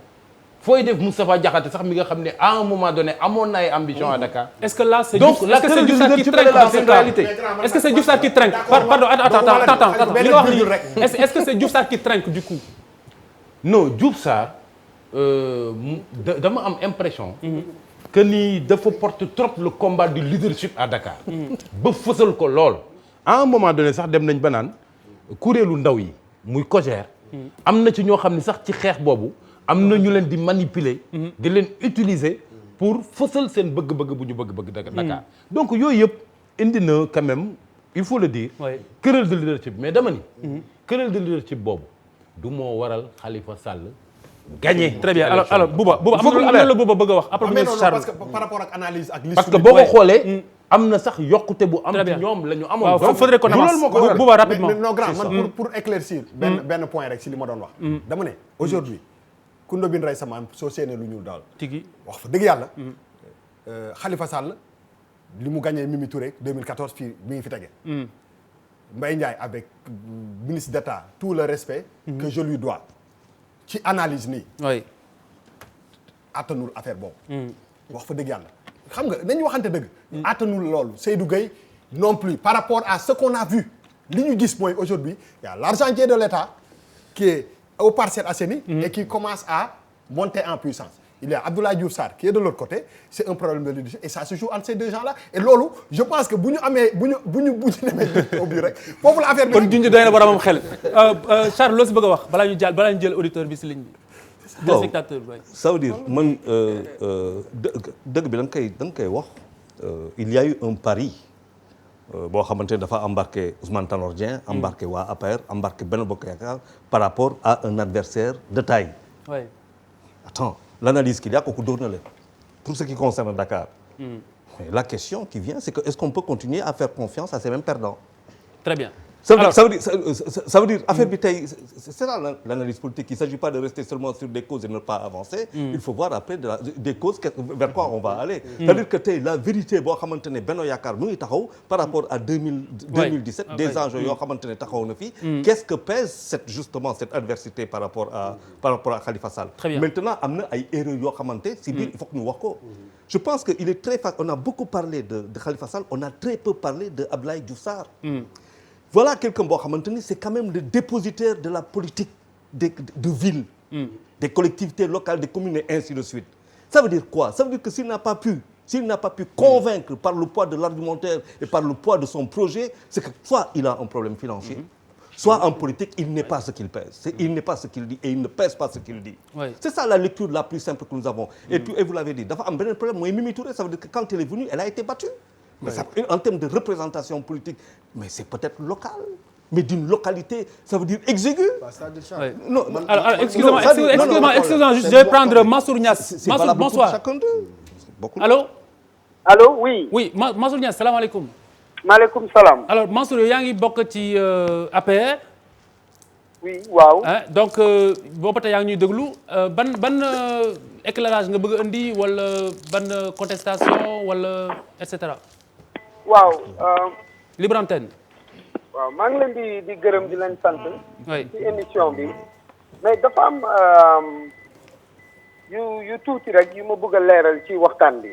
oui. d'abord gis nga président bi mu waxee ni Dakar benn liste la bëgg mu am. benn bokk yaakaar yëpp dañu ànd ci loolu. parce que président Macky Sall mooy suñu kilifa. loolu il faut que mu leer. lii indi tey ñaari liste à Dakar. c'est que bi président waxee loolu. bi maire yi toogee waxtaan. dañ leen ne comme benn liste mooy dem. ñaari équipe suñuy dajee il faut que ñu ut maillot bu bees bu ñuy sol loolu lañ leen wax. dañ leen ne dañuy teg Benno de côté teg Taxaw Dakar de côté indi tur bu bees demee ci loolu. mu am ay proposition yu mel ni par exemple arc-en-ciel ñeneen naan Benno ànd ak Taxaw Dakar. beneen ñeneen naan Taxaw Benno te proposition boobu ñoom d'accordoon nañ ci. mais dañu dem ba ci biir ñaari maire yi nekk ci ànd Taxaw Dakar bu tey ñoom ñoo bañ Khalifa Sall topp lañ ci loolu muy Barthélémy Dias ak Bamba Fall ñoom ñoo ne il n'est pas question ñuy dégg Benno ci benn tur ci liste bu bees bi loolu amee ñu ne leen mais loolu c'est pas possible ñun nangu nañu ànd ak yéen teg benn liste unique au niveau de Dakar. Oui. mais comme ñaari équipe ñooy ñëw na équipe bu nekk simi sa maillot ñu créer maillot bu bees. Bah, tout ça pour dire. Voilà, tout ça pour dire que d'abord. Benno indiwul séparation ak ànd Taxaw Dakar dañu nangu woon. bañ nañu ba soo leen seetee bu baax tous les candidats de Benno c'était des socialistes et des progressistes. Oui. loolu benn ñu leeral ko. ñaar les faits. c'est que bi ñuy déparé jongante yi la liste de ànd Taxaw Dakar dañu démarrer ak 850 conseillers. La liste de Benno dafa déparé avec 79 conseillers. Oui. La liste APR 79 conseillers nga yokk ci Benno muy 97 conseillers loolu ce sont les faits gis nga soo jëlee ay PDS Rewmi Bokk Gis Gis. ñoom ils ont 151 conseillers à Dakar. Oui. bi ñu demee ci élection yi Benno Bokk Yaakaar ay 442 Taxaw Dakar ay 517 kan moo yokku kan moo wàññi loolu tamit ce sont des faits léegi. xam nga y a une chose aussi qui est véridique doo dem élection pour ñàkk da ngay dem élection pour gagner Benno Bokk Yaakaar dañu ñàkk élection yi. mais soo ñàkkee élection yi aussi. wala soo gagné il y a toujours une cause de la victoire et une cause de la défaite. alors jox ñu ko comme ça ñu mën a avancer. voilà cause de la défaite de Benno Bokk Yaakaar à Dakar te ci fan yu néew dina leen leer. ce sont de hauts responsables. oui enfin des gens qui se considèrent comme de hauts responsables de Benno ñoom ñoo xeex la liste Benno. ah waaw yow dafa mel ni yàgg bu baax bokk xalaat de. ñoom non man du question xalaat. xam nga Bouba dafa am xalaat mu wax ko. man dama am ay firnde yu ma leer dama nekk ci biir. li ma leen di wax ni ci fan yu néew dina leen leer nañ. très bien. ñooñu. dañu teg seen plan woo ay conseillers wax conseillers ni soo leen voté liste Benno Bokk Yaakaar. oui. comme Diouf Sarr a mené ce combat su gagné. ville de Dakar dañ koy def délégation spéciale yi ñëpp nga ñàkk. Bon, très bien. Très bien, Mansour. Non, ce n'est pas une lecture politique. Ce sont des faits que j'apporte. Non, mais c'est chez vous que ça se passe. Non, tout à fait. Mais écoute-le, Charles. J'ai le droit quand même aussi de dire les choses. Mais laisse-le finir. Finis juste, toi. Charles, comme Daniel. On va pas accepter de se faire manipuler comme ça aussi. Charles, ce n'est pas de la manipulation. Mais si. Non, mais termine. Boule tente, Charles. Termine. Non, je suis libre de le penser. Termine, Charles. Charles, absolument. Je suis libre. Absolument. On ne va pas me faire croire qu'il y a quelque chose qui fait que vous avez perdu. Sinon, c'est une question de il y a toujours une cause pour la défaite et il y a toujours une cause pour la victoire. Loolu ce sont des faits. Mais par contre, ce que je vous dis de façon très claire, ci loo xamante ne dañ ci am ay firnde yu leer. Il y a de hauts responsables yoo xamante ne ils ont battu campagne financièrement et politiquement contre la liste Benno. Et pare ngeen pour prouver loolu. Absolument. Très bien, merci beaucoup. Merci beaucoup Mansour ñu ngi lay gërëm di la sant. Alors balaa ñuy avancer si keneen parce que il faut ñu tëj chapitre bi Momar la mooy sa réaction par rapport ak li mu wax léegi. waaw mais li mu wax comme nee na ci fan yu néew. dina indi firnde yi. waaw léegi nañu xaar firnde yi. mais li ma xam daal ba xam mooy nit déggoon naa ñu doon nit daal doo tilimal victoire am. waaw vraiment man li ma jàpp xam nga wax naa ko ci sama njëlbeen wax. ne woon naa vu le type d'élection bi ñu amoon. nga xam ne conseillers ya ñu tabboon. te ñu bokkoon ànd ci ay liste gañe gox yi ñu téye. ñooñu ñooy collège électoral bi. wax dëgg yàlla élection yooyu mën nañ ci bañ a xaar benn mbetteel. mbetteel gi ñu am rek mooy xëy na bu fekkee mbetteel am na mooy li nga xam ni noonu la toll tey nga xam ni daanaka Benno Bokk Yaakaar mi ngi talonné ànd taxaw Dakar. te 2014 ànd taxaw Dakar gañe woon ko gañe gu leer bu yaatoo yaatu. loolu nag li ko waral ñëpp xam nañ ko. gis nañ travail bi nga xam ni def nañ ko bi ñu dëgmalee élection yi dem convaincre ay conseillers ay maire Babékou ci ànd taxawu Dakar former seen kii loolu moo waral loolu waaw man li ma bëggoon yokk tuuti rek il faut pas que ñu négliger trop waaye di ñas lu mu wax nii parce que li mu wax dafa ne très prochainement il va se passer des choses dina am lu firndeel li nga xamante ne moom la ñuy wax benn aspect bi mooy gis nañ sorti président de la République en fait patron Benno Bokk Yaakaar personne morale bi nee na mais sous peu il va reprendre les choses en main donc boo defee le rapport sorti président bi ak lii Niass wax donc il faut s'attendre à des si c'est vrai que ce sera une benn implosion il faut pas l'exclure Charles. Non je suis d'accord mais il faut arrêter de dire aux Sénégalais ça veut dire que non attends au moins pas jeter le discrédit sur ce qu'il a dit. Le bénéfice du doute. dafa ne dans un avenir très proche. il sera établi. li mu wax noonu. mais moi si je voulais dire il faut non attends. même argument même Charles. même argument bi en tant que tel. bu fekkee événement yi prouvé nañ ko comme ni nga ko waxee. mais loolu ban jàngat nga ci war a mën a am. naïveté politique laa koy tuddee. ça veut dire que encore une fois atteindre maturité parti boo xam ne. dina mën a prévoir yenn affaires yi nga xam ne moom mooy am ba tax ngeen di ñàkk ay élections. parce que très clairement bu fekkee da ngaa bëgg a réduire. strictement. le fait que Khalifa Sall jël Ndakaaru ci ay conseils yoo xam ne dañ leen manipuler ñu dem ba ca biir ñu changer. je crois que c'est fausser complètement la lisibilité du discours politique. li exprimé wu très clairement. mooy que ci circonstance bi. bu ñu nier parce que loolu encore daane sa bopp la. bul nier ne kii nekk en face muy Khalifa Sall. c'est une force politique objective. bu fekkee da ngaa nier loolu nekk rek ne c'est parce que dañ maa war ñu ci suñu biir. yaa ngi préparer terrain yeneen jël yoo xam ne ñoo gën a réussir. donc pour part. foo mënti dem. am na xiiroo am na ŋaayoo ci parti boo xam ne moom moo ñànk njëriñu réew mi. très bien mais lay gën a wone doole parti boobu. encore une fois mooy capacité mu contrôler ay militants. merci professeur alors on a Banda Diop maire bu Patte d'Oie Diop salaamaaleykum. oui donc Banda Diop waaw ñu ngi koy jotaat léegi rapidement. non je suis désolé ça veut dire que man je me mets dans la peau du citoyen sénégalais point final ça veut dire que tey il y a des élections qui se sont passées. xam nga lan suma xalaat lan la je vais pas être là ça veut dire à jouer le jeu des politiques qui en chien de faïence qui se tire dessus.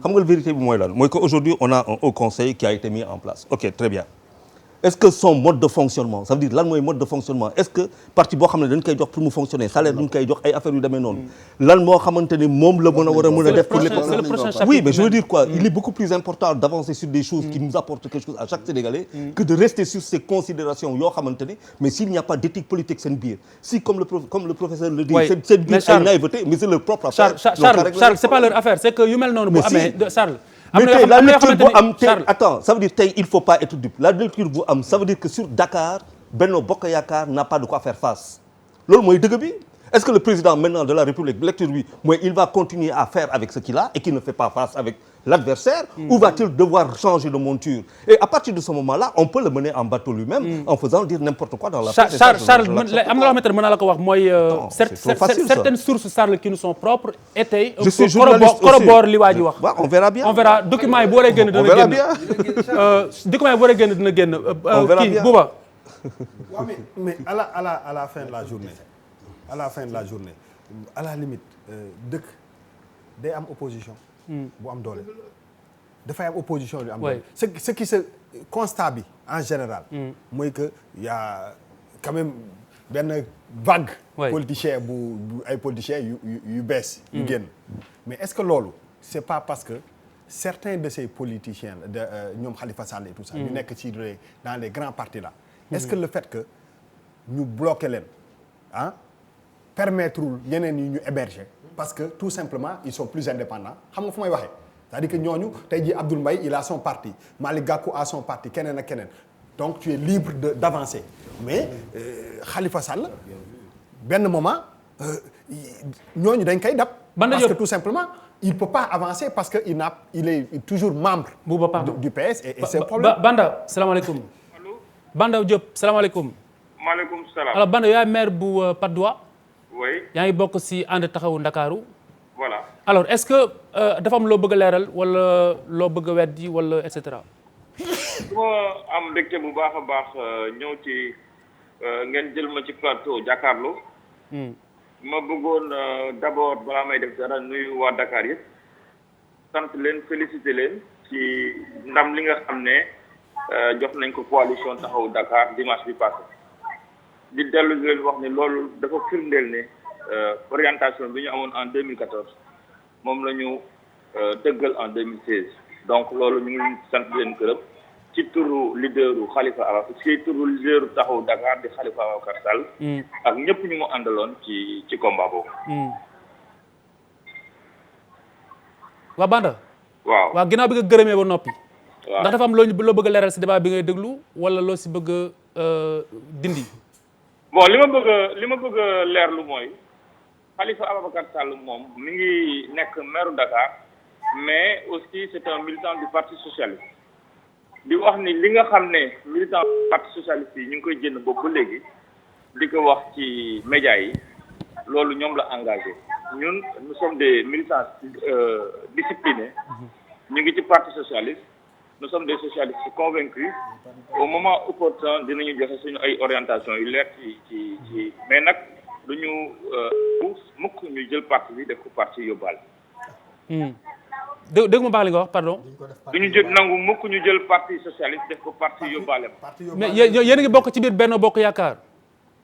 bon ba léegi amagul décision bu ñu jënd ci Benno Bokk Yaakaar mais yaakaar nañu ni. oui am na ci ay orientation yoo xamante ni ñun mënuñu ko nangu tant que parti bi avalisé wu ko. est-ce que gëm nga comme ñenn ñi niñ ko waxee ne waa APR ñoo gagné waa APR si biir Ndakaaru mais pas waa parti waa taxawu Ndakaaru. mais waa APR mënuñu ko ne waa APR biir Dakar parce que APR ci boppam. ki nga xam ne moo nekk ci bopp ba moom artu woon na leen ne leen Dakar war nañu si présenter liste mais gis nañu ne dafa am ñeneen ñoo xamante ne ñoo leen ngemboon te bu ñu leen ngembee itam ñoom ñoo leen porté ci liste mais boo xoolee liste APR boobu. liste Benno Bokk Yaakaar boobu amul kenn koo xam ne originellement APR la bokk. mais dañu ne ñenn ñi si yéen lañ feggee si taxawu Dakar lañ feggee. waaw ñenn ñi ñoom ñëpp revendiqué nañ ko d'ailleurs. donc waa taxawu Dakar ñoo doon xeex ak waa taxawu Dakar ci biir Dakar. waaw dafa mel ni nag waa taxawu Dakar ñoo doon xeex ak waa taxawu Dakar.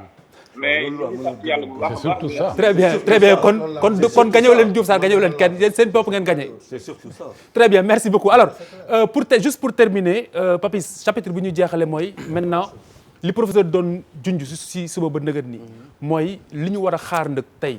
waaw sama jàngatu njëkk bi. bi ma deuxième axe bi loolu la woon. nga ne ma noonu bu bëri yaay day dugg ci biir quoi tey ko jot na waaw donc moo tax ma ne. boo xoolee sax si début sax kii Momar wax na ko. élus locaux yi ñoo doon sax voté pour ñoom mais constitution bi taxawaay au conseil bi njëriñam ci askan mi la jëm. donc kan moo fay nekk waxoon nañ ko fii la dernière fois. ñi di wax ay indemnité maanaam koppar yi nga xamante ne war na ko jël est-ce que am na njëriñ bi naka lañ c'est toutes ces questions là qui intéressent les gens. ensuite ban portée lay am si dëkkuwaay nit ñi donc le citoyen que je suis bu xamee ne man du ma def bilan politique kii am na 3 membres fii kee moo gagné dox moi ça m'intéresse pas en tant que sénégalais. li ma intéressé mooy au conseil bi taxawaayam ak njëriñ boo xamante ni moom lañ ciy am. moo tax man damay ñëwaat si le débat qu'on a fait dimanche passé. c'est-à-dire même les 70 yi nga xamante ni président moom moo koy nommé choisir leen mais la ma war nekk seen profil ban mbubb nga war a sol ban poids nga war a peser pour que président parce que xam nga 80 élection la. te mënu ci dara élection la ñu moo leen fa andi. mais les 70 président mooy toog jël par son pouvoir discrétionnaire. mu tànn 70 personnes maanaam juróom-ñaar fukk mais juróom-ñaar fukk yooyu du ñëw renforcer aussi ñi nga xamante ni ñooy 80 yi. dafa man c'est là où j'insiste naka est-ce que xam-xam bi ñu war a am mbub bi ñu war a am ni ñu fa war a toogee ak naka lañ fa war a toogee moi je crois que ce sont les questions essentielles yoo xam ne on doit se les poser et que aussi bu ñu mënee benn bi c'est un cri du cœur du citoyen bu fekkee ne mën nañu organiser dépenses yi que mu bañ a nekk une institution budgétivore loo xamante ne day lekk plus que muy proposer encore que instance de consultation la elle n'est pas décisive elle ne vote pas. Très bien. Donc moi ce sont les questions essentielles en tant que citoyen que je me pose à l'image de tous les Sénégalais certainement qui ne sont pas colorés politiquement. Très bien, Bouba. mais je pense que bi ñuy voté référendum ba mu passé. parce que man en tant que Sénégalais su ma gisee ni tournure bi affaire bi damay tiit. parce que damay tiit parce que moom laay wax nii c'est-à-dire que dañuy voté référendum gars yi voté oui mooy comme j'ai l'habitude de dire ci biir application bi avant ñuy appliquer nga commencé def nii parce que tout simplement tournure bi muy jël dara loo xam ne c'est dans le fond mettre nañ ko en valeur en réalité ay position parti bi fii la nekk est-ce que duñ ko jël def ko instrument boo xam ne moom la ñuy à la limite sondé sax naka la élection yi 2019 di ñëwee man loolu moo ma gën a tiital en tant que Sénégal c'est-à-dire que aujourd'hui à la fin de la journée élection yi jeex na mais j'ai comme l'impression que le Sénégalais lambda lu muy retenir mooy Khalifa Sall gagné na fii kii gagné na fële mais lan lañ ñuy proposer c'est la grande question. oui qu'on doit se poser. Très bien, professeur. waaw yaakaar naa ne ci côté boobu ñun ñëpp d'accord nañ moom laa commencé woon sama wax. ne au-delà dañu war a dépassionner affaire bi. dépassionner ko mais également dépolitiser ko. parce que dans l'esprit maanaam li mébét kuréel gi ñu fi teg muy au conseil des collectivités territoriales dafa méngoo na la ak doxini démocratie ci anam yi nga xam ne mooy réew yi gën a avancé en matière de démocratie.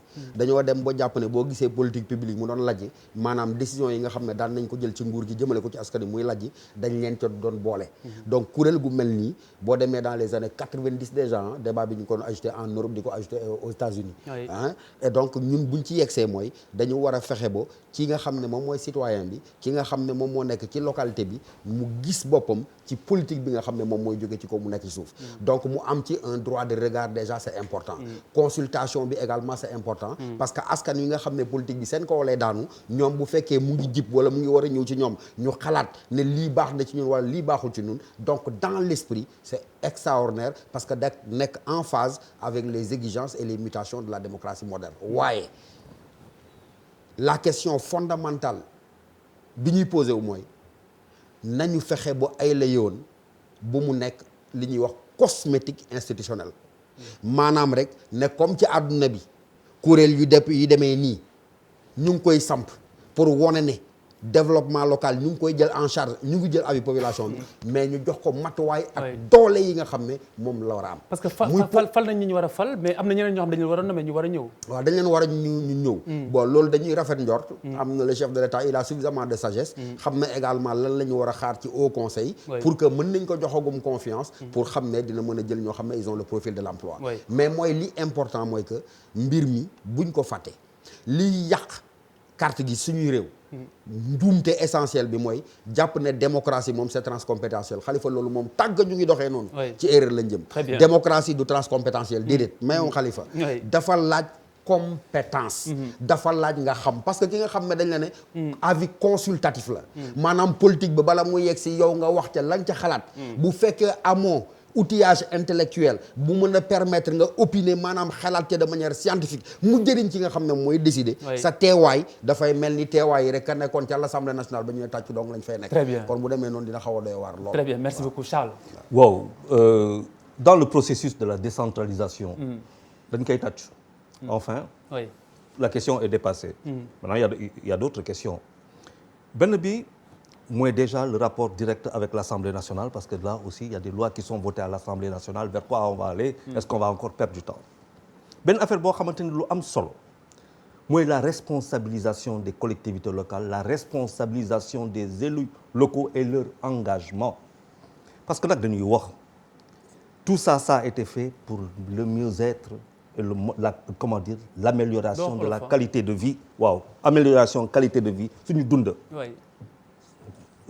dund si biir école ya si biir poste de santé si biir hôpitaux ya si fan yu ne ak foncier bi si foncier ba si économie des transports parce que tey dañuy wax ville intelligente habitants intelligents mobilité intelligente administration intelligente ça veut dire que lii bu fekkente ne lii yëpp def nañ ko te on n'en arrive pas à cette administration intelligente mooy ñuy may sénégalais bu ne ak gox boo munti na ko goxaan boo fa ne yëg sa bopp te gisoo loo xamante ne moo lay may nga kontaan ba pare saa waaye mun a dem stade wala mun a sa tabaski gis nga tabaski bu ñuy dund ni j'en profite pour dire président nag da nga dawoon man maa ngi xaar sumay xar président bi daw la de gisuñu ko kooku rek dama ko bëggoon wax da nga daw gi dem bërki dem nga ñëw c'est un appel de voilà Aminata Mbengue Ndiaye le ministre non moom non dama la ne man président dafa am lu muy def loo xamante ne na si gaaw parce que ñun ñu ngi dee ah président Charles na leer non dama la non Charles c'est pas clair bu ñu dugal na leer président lu muy def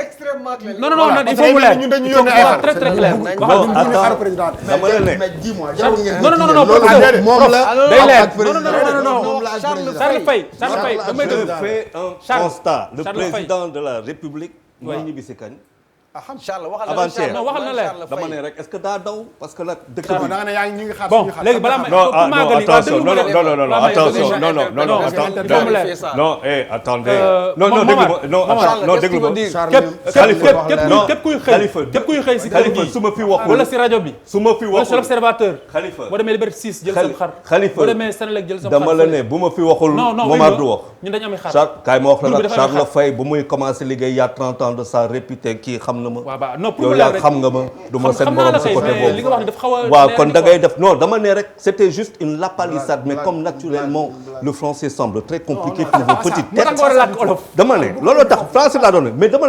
ne c'était juste pour dire xam nga non déglu def leen tànk mairie yi doon waaye déglu ma mairie yi doon jàppale si xar mairie doon jàppale si xar ñoo xamante ne déglu ma ba léegi non dégg naa ay enveloppe la ñuy jox te motul xar fa laa doon waxee fa laa doon waxee non je vous dis mais président tey rek par le biais de la délégation à la solidarité nationale. oui may na 1300 et quelques. non maire yaa ngi joxe xar Charles. wax dëgg yàlla ñu ngi may enveloppe ñi ko soxla. ay enveloppe lu bëri ay ñu ngi may xar nag. jusqu'à 95 000 francs CFA. Khalifa laisse-moi. ñi koy jox ñi ko soxla.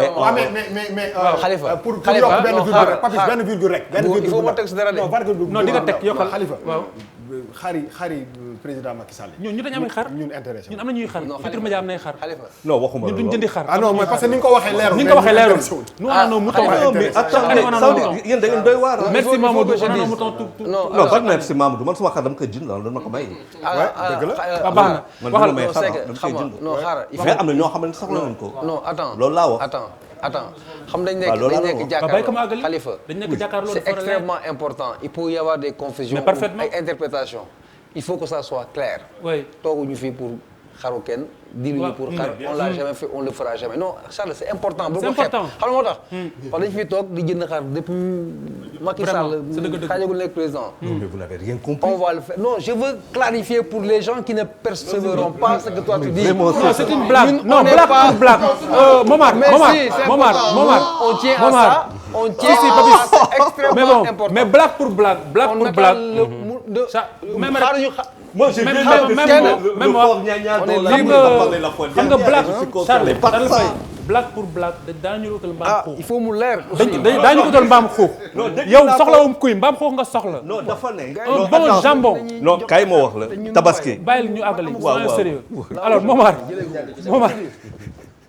Charles le président un bon jambon sec moi pour terminer sur les attentes ci wàllu au conseil bi li ñu ciy xaar waaw au conseil bi de tëralin wi mën na tax ñu am ci njort bu rafet waaye bu ñu gisee ni mbir yi di demee boobu ba léegi xëccoo beeg mbii coog mbaaloo mi am ci ku ne bëgg am toogu ci au conseil dafa mel ni li fi woon rek moo fi nekk c'est-à-dire ab clientèle politique peut-être bu ñuy kaas noo gisee ni ñu war a falaat ñaareel bi itam dañu am problème c'est-à-dire mën nañ tëgg bu rafet ci wàllu décentralisation commencé ko acte 3 dans la décentralisation ñëw mottali ko par kuréel bu mel nii mais Sénégal problème bi ñu am mooy problème mu système politique c'est-à-dire président doole bi mu am moom moo bëri ba nga xam ne ak kuréel boo mën ci teg des fois sax du am njeexital ci ni réew mi di war a mën a doxe rax ci doole itam léeg-léeg di nga am sax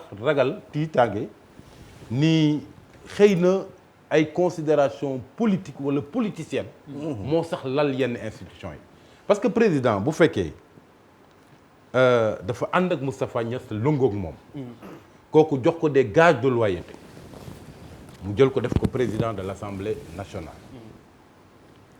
ki nga xam ni moom la njëkk a jox institution mu koy diriger mooy ki ko njëkk a fekk ci wàllu politique muy Aminata Tall jël mouvement sellal ko ci biir APR mu jël conseil économique et social et environnemental jox ko ñu dox diir mu tàllal loxo Djibo Leyti Ka mi nekkoon ci kujje gi ni ko damaa bëgg nga ñëw ñu liggéey dal di créer loo xam ni ça n'existait même pas une commission nationale pour le dialogue des territoires dénk ko ñu dox diir au conseil ñëw mu dénk ko Ousmane Tanor Dieng da nga naan est-ce que du considération politicienne moo lal sax ñañuy teg ca boppu institution yi ba nga xam ni xëy na mu am njeexital ci ni institution yi di taxawee firnde bi ci gën a am solo mooy assemblée nationale ni muy doxee boobu ba léegi ñëpp manqué nañu y compris même des députés de la majorité ni assemblée yi ñu fi mës a am yëpp bii moo fi gën a sooxee ma jàpp ni nag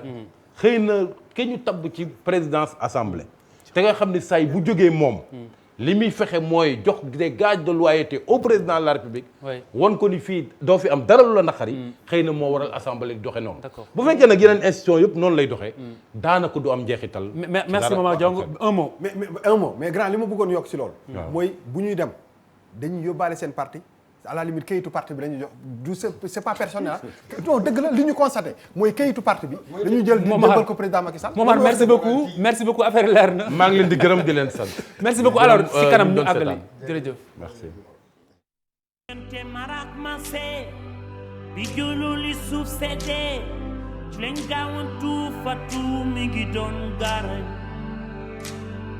ni bi jolol yu teddi ci melax yi xawee laax réew mi secteur d'activité yi bari na am na ñoo xamante ne ñaare duñu leen di faral di fàtte mooy ñi nga xam ne ñoom ñooy dawal camion yu mag yi diggante Ndakaaru ba fële di Bamako wala diggante Ndakaaru ba fële nga xamante ni moom mooy Banjul léegi ñoom problème yi nga xamante ne ñu ngi koy faral di jànkonteel bokk na ci lu mooy yi ñu jànkonteel ci wàllu yoon wi mbiru yoon ak na mu tëddee seen diggante ak ñi nga xamante ni ñoom ñooy ñi leen di liggéeyal waaye ginnaaw tungu ni du teew ñuy nataal ki nga xam ne mooy Alioune Mbaye Mbodj moo fi teew ci di camionneur moom la ñuy bàyyi déjà mu tënkal ñu mboolem li nga xamante ni xëy na moo ko ñor ba tax biñ ko owee mu uyu si ñu salaamaaleykum. maaleykum salaam. yow politique intéressé la du tout. non ñun en général duñ sax voté ah. bismillah ñu ngi lay déet bu la waxati loolu yow tamit. voté camionneur duñ voté. voté duñ téye fenn rek. non pas camionneur duñ voté mais voté teewuñoo def suñu activité. ah bah très bien. boo waree liggéey voté am doo bàyyi sa liggéey dem ci voté ji quand même. ah bah il faut quand même voter après c'est le dimanche. voilà jour élection du fait ci ñun de. ah très bien bon. 4 avril sax dañ koy liggéey ñun 4 avril sax dañ ñu koy liggéey. on verra ça allez très bien donc wax ñu la mooy seen tawat. waaw li suñu tawat mooy état daf ñu seetaan ci ñi ñuy liggéeyloo. état ak syndicalistes yi sax mën nañu wax. parce que syndicalistes parfois damay gis ay plateau yoo xamante ne dañuy wax ba jeexal lu ñuy wax chauffeur. usager la ñuy wax wala ñu wax oto bi wala ñu wax affaire réforme. chauffeur bi yor oto bi. doo ko fay salaire bu baax. embauché woo ko utaloo ko contrat da ngay jël ba saa yoo la neexee da nga daax état mos ci wax. ñun suñuy bàyyi chauffeur lañ suñuy mag ay chauffeur lañ ku amul retraite amul dem ba màgget am dara. amul dem ba màgget am ci loo jàpp. soo dawalatul bokkoo. te tey activité tey 60% des jeunes du Sénégal ci transport la ñuy yëngu. 60%. waaw parce que ñooy doxal mécanique bi. ñooy doxal tôlier bi. ñooy doxal peintre. ak yeneen. ñiy jaay ci sali bi sax bu ñu gisul lu jënd duñ jaay dara. kon war nañu gestu jàppale ñu jox suñu digganteeg ñooñu nga xam ne ñoo ñuy liggéeyloo ci manière bu illégale. ñu leen liggéeyloo c'est illégal. waaw parce que boo ma embauché wul amu leen contrat. amul contrat. ñaata at a ngi yaa ngi liggéey. man liggéey naa ci bërëb 6 ans musuma am embauchement. musuma am contrat journée lañ may fay. bu ma liggéey ñu fay ma. bu ma liggéeyul kenn du ma fay. journée ñaata. journée 7000 lañ ma doon fay. 7000 diggante fan ak fan. damay chargé dem Bamako. damay chargé dem Bamako. amul prime amul dara. frais yi 100000 francs la 100000 francs lay jox ay frais. ci ngay lekk ci ngay naan yàgg sa apprenti 100000 francs 60000 francs wala 70000 yi moom ngay def frais de route. léegi junne kii 7000 mooy junne ak ñeenti téeméer. ak ñeenti téeméer. moom ngeen fay ko. moom la ñuy fay ko Bamako ba fii. journée par journée. jour boo def 7000 la jour boo def 7000 la. très bien waaw très bien Bouba. waaw Khalifa man en fait boo seetloo dëggantaan. à chaque fois que ñu wax ci mbirum transport. bu ñu fi am syndicaliste. man sama position par rapport ak mbirum transport. ñi nga xam ne ñoom moom camions yi wala auto de transport yi. j'ai la plupart du temps un grand problème parce que Sénégal da ngay gis oto boo xam ne mi ngi daw depuis 30 ans dëgg la. amortir na li mu war a amortir yëpp mooy que li mu waroon liggéey ci xaalis yëpp liggéey na ko. mais boo seetloo ba seetloo c'est-à-dire que pour man luxe bi nga xam ne le transporteur moom lay ki moom oto bi li ko oto bi di indil à un moment il faut mu delloo ko. il se fait énormément de l'argent. voilà xam nga parce que dañoo bëri xaalis. ñen si transporteurs yi. parce que boo seetee. fayuñu dara ñu ngi bëgg a rey. non moom laa lay wax nii. xam nga wax naa ko fi keroog. bi fi góor a xuma ñëwee. amortissement loolu yëpp loolu lay wane. c'est-à-dire que non seulement oto bi dana dem ba techniquement waratul daw. mu dawaat yeneen 15 ans pas yeneen 6 mois yeneen 15 ans mu daw ko. mais ñoom Mbodj ñooy nangu di ko dawal. non mais dafa ndànk. xalifa déggu man la dafa am ñoo xam ne. benn couche boo xam ne. état daf leen war a protéger. c'est-à-dire que y a une pression boo xam ne dañ ko war a def si ñi nga xam ne ñoom ñooy transport. pour que mu équitable. ki nekk si ligne bi propriétaire de camion la ay camion la. du ma bàyyi ma eggale ba pare. Sidi Ndiaye Sidi salaamaaleykum.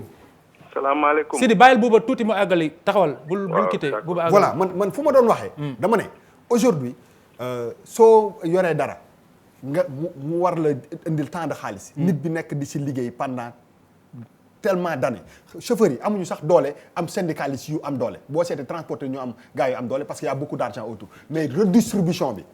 xaalis boobu di dugg ci oto bi di liggéey ni ñu koy distribuer waatee loolu moo amul yoon loolu moom moo nekkul yoon c'est pas équitable par rapport ak ki kay dawal kiy jël risques yi et loolu état bi daf ci war a taxaw je pense que oto am na durée de vie. am na ñaata xaalis nga ci war a am. boo paree tu dois dañ la war a teg pression nga changer ko mais nga yore ko pendant 15 ans di ci am même xaalis bi nga ci doon am alors que ki kay dawal amu ci dara. et loolu dafa am benn vide boo xam ne moi je l'ai toujours constaté ci milieu du transport. Sidi Ndiaye Sidi. na ngeen def Khalifa ça va alhamdulilah alors li Bouba di wax nii ak li fi Mbodj wax léegi ay tuuma la. wala lu ñu sos la wala noonu ngeen di liggéey ak chauffeur yi ngeen di employé. bon d'abord maa ngi nuyoo. di nuyu Alioune Mbaye Mbodj. di ko wax ne nag d'accorduma trop si li muy wax ni dañ leen di defal duñ leen defal ay contrat et que dañ leen di fay 7000 francs par jour. bon loolu moom peut-être dina concerner ñi nga xam ne ñooy liggéeyee fii ci Dakar te duñu génn di dem ay Bamako ak yooyu. En général, le transport est très bien organisé. En tout cas, nos sociétés de transport yoo xam ne ñoom organisé wu nañu ba nga xam ne non seulement seen transporteurs yi c'est des salariés mais saa yi ñuy génn y a un barème bu ñu leen defal boo xam ne moo leen di permettre ñuy am des frais yu ñuy demee ba peut-être Bamako wala ba Burkina Faso wala ba beneen dëkk. Après nag bon je pense que chauffeurs yi aussi am nañ ci wàll war nañ mën a aussi ñoom organiser wu. suñu organiser woo dina mën a ñoom seen biir aussi parce que les gars qui ñi nga xam ne ñoom ñooy embaucher chauffeurs yi. ñoom ci seen bopp dañuy am problème de confiance ak chauffeurs yooyu ba duñ leen mën a sax defal contrat. confiance ci naka. confiance ci lépp daal parce que un voyage dafa laaj. mais nan ngeen di employé ku ngeen amul confiance ci moom. mais justement quand on emploie quelqu'un dañ koy essayer nit ki du ñëw rek nii. nga jël CVM jël léppam mais di nga am au moins benn 3 mois boo xam ne di nga tester chauffeur. bon période d'essai on est d'accord que période d'essai am na mais période d'essai si contrat la am koy signéantel contrat ngay defantel période d'essai on est d'accord. waaw moom dafa ni contrat amul. bon contrat amul ci yenn sociétés yi laa wax parce que société de transport yi bëri nañu te wute nañu. am na ci transporteur yoo xam ne sax amuñu société. yow da nga defal ay contrat ñi ngay liggéeyal. man damay defaral contrat ñi may liggéeyal. très bien alors si kii Mbodj dafa joxe ay chiffres léegi par rapport ak li ñu leen di fay par jour et cetera est-ce que à votre tour mën nga joxe ay chiffres également pour gën a leeral li ngay wax. bon man ma xam mooy ci sociétés yu mag yi nga xam ne dañuy def transport. sociétés yu mag yi moom na wax. les chauffeurs sont payés au mois comme un salarié normal maintenant quand le chauffeur il va en mission il est en tout cas man kuy dem Bamako dinaa la jox 170 000 francs nga dem Bamako ñëwaat. en sachant que 170 000 lu muy représenté. bon loolu mooy représenté li mu war a lekk ak li mu war a fay ci droit yi par exemple au Mali booy jàll ak yooyu am na ay frais yooyu fay. donc xaalis boobu yëpp boo ko calculer plus chauffeur bi ak apprenti am li ñu war a lekk. ci transit time mu 6 jours la. non ba Dakar Bamako. waaw aller retour. chauffeur bi ak apprenti bi ak frais de route bi. agalil. donc 170 000 francs loolu lañ koy jox bu dee dem Ouagadougou dinañ ko jox 250 000 wala ba 300 000. léegi moom lu muy fayeeku. te loolu bokkul ak salaire bi. exactement.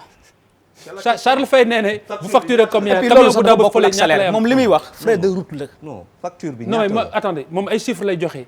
léegi joxe nga chiffre mooy frais de route bi léegi moom chauffeur bi ñaata lay fayeeku balaa ñëw si question Charles bi. chauffeur bi daal ça tourne autour de 150 000 ba 200 000. par combien. Par mois. Sans compter ce qu'il gagne quand il voyage. Charles loolu méngoo na boo calculé yow. non man dama bëgg mu pare après parce que c'est-à-dire la facture camion bu dem rek ñaata la say gagné ñaata lay facturé bu koy yóbbu bu ñëwaat. yaa ngi dégg Charles. mu ne camion bi. ñaata ngay facturé. camion bi ñaata la ñuy facturé. bu jógee port de Dakar dem Bamako ñaata. mais tout dépend de la marchandise que le camion transporte. voilà. Une fourchette. Un Bamako, le minimum c'est 1,4 million. Très bien, moi c'est. Très bien, boule dem. Voilà. Boule dem Sidi. Moi, ça veut dire je veux développer autrement. Quoi. Donc, mon moteur de développer avec mon ni parce que quand même c'est un homme d'affaires, dafa am lu muy def bëgguma. Non, il est disponible pour nous ce soir. Voilà, non, ça veut dire non, man feneen laa bëgg développer. Man feneen laa bëgg développer, dama toog développer ak moom. Xam nga Khalifa, il y a 40 000 camions au Sénégal, plus de 40 000. Président, il n'y a pas longtemps, ñu ngi si doon wax. Plus de 40 000, 70% de ces 40 000 camions, 70% am nañ plus de 20 ans, mooy lu nga doon wax sànq. Plus de 20 ans.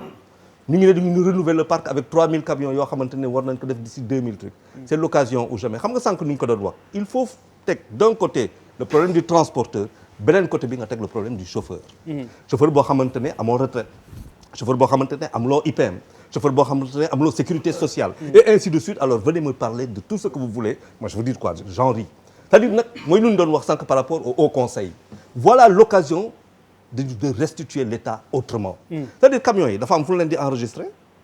dëgg la boo leen enregistrer foofu gox la wala goxaan la. mais boo ko defee foofu enregistrer sa société nga enregistrer ko foofu fay say taxe fay ko foofu déclarer revenu yu ngi koy fay foofu chauffeur bi nga xamante ne moom tam day recevoir war a fay ay revenu am ay impôt am ay du mu demee ay impôt sur revenu ay yu demee noonu kooku war a fay tu penses qu'on aurait des problèmes au Sénégal.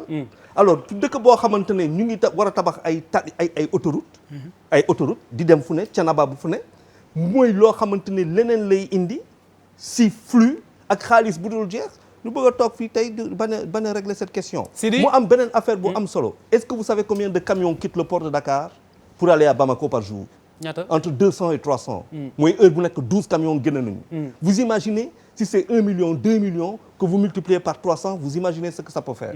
alors qu'un chauffeur qui touche 200 000 francs par mois pour faire tout ça ben moi je suis désolé. 90% chauffeurs du Sénégal. mën nga réagir si li Charles wax balaa ñu lay bàyyi amuñu 100 000 francs de salaire. oui mën nga réagir si li Charles wax balaa ñu lay bàyyi. Charles. waaw. je suis un peu désolé parce que camions yi bu ñuy jógee Dakar di dem Bamako y a pas que les transporteurs sénégalais qui le font. c'est vrai. et la loi sénégalaise sax li mu wax mooy 2/3 bi moom la Mali war a jël di dem. aujourd'hui le port de Dakar li fiy génn ci camions yëpp je suis d'accord mais état bi li mu def mooy renouveler parc bi. Ils ont commencé à le faire. Mais il faut bien regarder nos routes. Suñu route yi c'est pas les transporteurs sénégalais ñoo koy yàq suñu route yi c'est les transporteurs maliens en général ñoo koy yàq parce que ñoom li ñuy chargé mu ëpp. alors si di nga baal ma mais pour ñu dellu si sujet bi ki fi toog ni li nga fi indi mooy ni ngeen leen di exploiter ci ay waxam. maanaam tegu leen si yoon ak ñoom te doo leen fay seen àq loolu moo leen fi indi tey chauffeur yi. Oui, mais le problème c'est que là il va parler de transporteurs yoo xam ne ci informel bi peut-être lañ nekk. kon transporteurs yi jóge fii dafa am informel yu jóge fii di dem ba fële loolu nga bëgg a wax. il y a des sociétés de transport qui sont très organisées qui ont des employés qui payent leurs employés et qui n'ont pas ce problème et qui sont même pas concernés par ce problème. Sidi est-ce que damay confirmer ne loolu à côté de ça parallèlement am na yeneen société yuy liggéey li ngeen di liggéey yéen ñi nga xam ne yéen a légal di defee ay contrat fii ci réewum Sénégal. mais oui bien sûr parce que Sénégal mën nga xëy benn jour rek gis ne transport gi dox rek. nga dem jëndi sa benn camion di jël ay transport. waaw baax na jërëjëf. voilà jërëjëf Sidi léegi nag Charles. merci dimbali ma rek réagiril si li Sidi wax nii parce que loolu bu dee am na te moom mu ngi si milieu bi lu garaaw la. non waaw lu grave mooy jur li loolu laa wax sànq ça veut dire que il y a man li may wax loolu juru ko de li may wax man ay sociétés yu mag ñoo fi nekk yoo xamante ne nii attends am nañ presque ay 300 camions ah li si di wax nii moom nga weddi non li si di wax nii laa weddi tey chauffeurs yi boo jëlee 65% wala 80% yu chauffeurs yi ñi ci am salaire u 200 000 bëriwul am na ñoo xam ne par voyage lañ leen di fay voyage loolu moo tax ngeen di parax yi bay daanu si mais am na ñoo xam ne dañaan leen da nga war a jéggi boo gonto da nga war a jéggi dem frontière. mais attends y a mieux. forcé. mais benn chauffeur mënul dawal benn camion. mais si. te deux chauffeurs xam nga. man damay dawal camion man ak ni ma tuutee damay dawal camion yoo xam ne day chargé 55 tonnes. je parle de norme. bu doon day chargé 55 tonnes. oui diiru boo xam ne 3 aciers similé la. wagon 13 mètres. waaw yàpp 55 tonnes mu yóbbu ko Bamako. non kon yow li si di wax nii. non man sa gis-gis d'accord ma amul gis-gis li may wax dama ko dund. après ci loolu laa nekk. waaw man li ma si bëgg a yokk. xam nga bu ñu nee ay suñu dëkk yi bu ñu nee ak yelleefu nit dañu naan nit bu ñu jàpp torture dugal la si prison. wala def la dara te fekk am na lu gën a banal. lu ñu gën a suufeel te loolu moo ëpp solo. fi Charles doon waxee laay wax c'est-à-dire que nit nga rek da ngay nelaw. da ngay yeewu dafa am loo mën a supporter c'est pas pour rien que nit di xëy wàcc heure benn moment nga pause dafa mel ni benn jànk buy liggéey si benn kër nekk fa bon mu war a benn moment noppalu nga ñëw ne ko yeewal liggéeyal 16 heures de temps xam nga lu mu ko c'est ak yelle fi ñu ko teg ak fi mu war a nekk bokkul c'est-à-dire que nit bi nga xam ne dafay dawal camion ak ni camion méttee dawal am na benn heure boo xam ne ak benn distance boo xam ne bu ko dawalee dafa war a noppalu keneen jël waxuma la benn ñaar lañu te loolu laa lay wax ni c'est-à-dire aujourd'hui nit yi nga xam ne dañu néew doole te amuñu vraiment force affronter ki nga xam ne moom camion bi moom moo yor sa teraanga kooku dañ ko war a protéger dafa am benn pression boo xam ne dañ ko war a teg ci ñi nga xam ne ñoom moom jumtukaay yooyu pour que ñi nga xam ne ñoo néew doole ba pare di doxal liggéey bi boo amee 1,4 million dañu war a normalement imposer gars yi benn barème boo xam ne dañ koy suivre wala di sanctionner gars yi loolu mais Sidi nee na loolu am na Sidi Ndiaye nee na loolu am na mais à côté amul loolu amul waaw loolu amul dama la bëgg ne man j'ai eu l'occasion de faire le tour du Sénégal yàggul noonu def naa ay gox ak yu bëri da ngay xool tali yi dañu ne chaque année président moo xool chaque année 54 milliards la ñuy tegaat ci tali yu yàqu chaque année Mali bii ñun dañu war a gën a rataxal suñu rapport suñu relation économique commerciale ak Mali parce que lu fay dem ak di ñëw la lu am solo la wante nag terewul ñu ne leen camions yi leen bëgg pare teg leen ci yoon parce que Mali lañ sañ fi ñu sañ ko mais affaire essai bi mu ngi fi non du loolu rek non du loolu rek du question essai rek mais camion bu am 30 ans warul dugg Sénégal camion bu am 25 ans c'est 10 ans après c'est-à-dire les choses sont claires ça veut dire que loolu lañ doon wax sànq c'est-à-dire les choses s'imbriquent les unes dans les autres mënoo toog ñu wax sànq ba géex si au conseil te après mun ñu gérer si biir loolu Charles Balma parce que problématique bi dafa yaatu mais dama bëgg ñu accès wu si sooru chauffeurs yi précisément chauffeurs yi parce que moo si ëpp mais wax naa la xam nga sànq dañu ne facture bi mooy facture baaxul transporteur bi mu war a dem ba Bamako mu facturer le 1,5 million du dëgg essence bi ñaata lay jar ba léegi ñu xool essence bi ñaata ngay dugal fii ba foofu gasoil man fi ma nekkoon aller retour laa la waaw man fi ma nekkoon waaw daan nañu jox 1300 litres aller retour dañ la koy jox te ci station ngay taxaw ci garage bi ngay taxaw ñu solal la ba nga feesal boo demee Bamako am na ci station boo xam ne fa ngay dem ñu solal la foofu voilà te liñ lay jox comme ay frais jox la ko dama lay wax benn nga dem mu jox la benn kii le nombre d'accidents boo xamante ne mooy lu ngay wax sànq buuba le nombre d'accidents yoo xamante ne ñaata sénégalais ñaata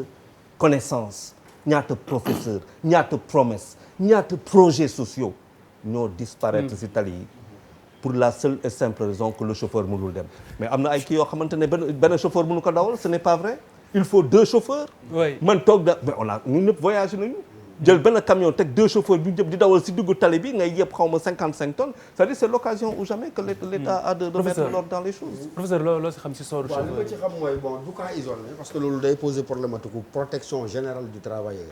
c'est vrai que tey camionneurs yi moo aye waaye bëri na ay cas yoo xam ne état bi presque dafa abandonner les travailleurs à eux-mêmes maanaam ki nga xam ne moo féetee ci wàllu patronat bi moom mooy fay lu ko neex Khalifa yow mii xam nga ay loi gis nga ñoo xam ne dañ la naan CDD te ku nekk xam na ne CDD dafa war a am fu mu yem donc tey camionneurs yi ñoo aye mais de manière générale c'est le travailleur qui n'est pas suffisamment protégé par les pouvoirs publics li ngeen di wax nag ci kaawu kii bi moom dafa gën a doy waar parce que incidence bi mooy sécurité bi nga doon wax gis nga yoonu Tamba boobu am na ñoo xam ne sax ñu ngi ko tuddee la route de la mort ñu ngi ko tuddee la route de la mort di la wax ne camion yooyu nga xam ne fee lañ jógee ci diggi tali bi la ñuy daw ma ci waxtaan ak chauffeur mu ne ma li ci gën a garaaw doom mooy anti ni ñu koy waxeeti anti brouillard mais ne buñ la ko dóoree yow mi nga xam ne yaay voiture particulière da ngay seer boo mooy tudd saaraan donc loolu yëpp li koy jur mooy souvent chauffeur bi précarité bi ñu ko teg dina tax mu obligé di ko def di mettre sa vie en danger comme ni ko waa ji waxee norme yi ne nga ñaari chauffeur la nga bugg a am benn chauffeur mu defal la des milliers de kilomètres aller-retour parce qu'il est abandonné à lui-même amul couverture médicale loolu dañ ci war a wax Papis waaw man duma ci sori trop mais damay taxaw si benn affaire rek c'est que lii mooy vrai Sénégal c'est-à-dire le vrai Sénégal c'est ça c'est-à-dire ñi ëpp problème ñu li ñuy wax seen problème mooy que c'est-à-dire ñi nga xamoon ne daanaka amuñu problème ñu ngi la ñuy waxtaanee toujours ñoom ñuy nekk toujours au devant les vrais sénégalais maanaam ñi nga xamante ne mooy réalité Sénégal ñu dundal koom-koom les vrais problèmes du Sénégal ak ñi koy composé on parle de moins xoolal bi ñu commencé premier sujet bi on a parlé que des gens yoo xam ne xëy na sax bu ñu bàyyiwoon liggéey tey je suis pas xëy na sax bu ñu bàyyiwoon liggéey à vie non laisse-moi terminer mun nañ sax bàyyi liggéey à vie ils vont vivre xoolal on reparle de ces gens là je voulais marquer cet aspect et am na aussi c'est pas le seul professeur cof na ko léegi mais man li ma bëggoon transporteur bi dafa wax lu am solo xëy na moom war na si bàyyi xel dafa ne ñoom les chauffeurs ils sont pas organisés c'est que dama bëgg a wax waa ji en tenant compte de tous leurs problèmes li mu wax yëpp c'est des voilà monsieur Mbodj mon ami c'est-à-dire il faut que ñoom waaw waa ji Mbodj waaw non c'est que dama nekk grand place quoi grand place c'est jàkkaarloo sama waa ji waaw mais mon ami boo ne y a certains Sénégalais après nga ne waa ji day mel waa ji waaw monsieur Mbodj waaw sama yaay Mbodj sant sama nijaay donc voilà je veux dire il faut Mbodj il faut ngeen xam benn affaire c'est-à-dire damay dugg ci brèche bi transporteur bi wax que les chauffeurs eux-mêmes ils sont pas organisés dama bëgg moom mu xam seen problème ñoom buñ ci jógul ah personne ne va régler les problèmes c'est-à-dire il faut que ñoom qu'ils portent d'abord le combat est-ce que mës nga gis da ngay dégg syndicat transporteur machin mais les chauffeurs ñoom ñiy dawal les camionneurs peut être précis les camionneurs d'accord camionneurs ñoom seen bopp seen combat ñoom ñoo ko war a porter ñu jàppale si dem mais bu fekkee dafa nekk isolé nii toog wax sa ñaxtu fii tey suba ginnaaw suba non et que wax na sànq wax bu am solo que am na ñoo xam ne sax seen ay waajur sax ay chauffeur la ñu dañ ko doon sama baay chauffeur la xam nga loolu il faut que mu am un moment benn génération bu def sacrifice parce que da ngeen opté pour fonction boobu ngeen dooleel ko jëmmal ko xeexal ko ça veut dire que il faut qu'il y ait un sacrifice par cette génération pour que yéen xëy na doo leen bénéficier aussi avantage yi mais say doom par exemple bu choisir def comme yow def pour ton père qu'il soit dans des conditions yoo xamante ne combat bi yéen a ko mëne donc il faut qu'il y ait un sacrifice et je dama surfer ci transporteur lu mu wax ne eux-mêmes ils sont pas organisés ça veut dire que amul vous êtes trop faible amul ku leen waxal mais Mbodj li ma bëgg a laaj balaa may dem si Momar il faut porter le combat est-ce que jamono ji ni am nga patron jamono yaa ngi dawal jamono ji man maa ngi ci chômage depuis 8 mois. xam nga lu ko waral. jógee Bamako. jënd 4 saaku ngooñ. ñaari saaku këriñ ak 5000 francs mat pour sama kër. ci lañ ma dàq. ñu dàq la te foofu def naa fa 6 ans. demoo tribunal. non mais ba demoo tribunal aw ma yaakaar tribunal. dëgg li waykat bu wax. aw ma yaakaar tribunal parce que aw ma xaalis. bu ma taxawee weer sama kër day taxaw. aw ma xaalis bu ma demee tribunal mënu ma dem tribunal.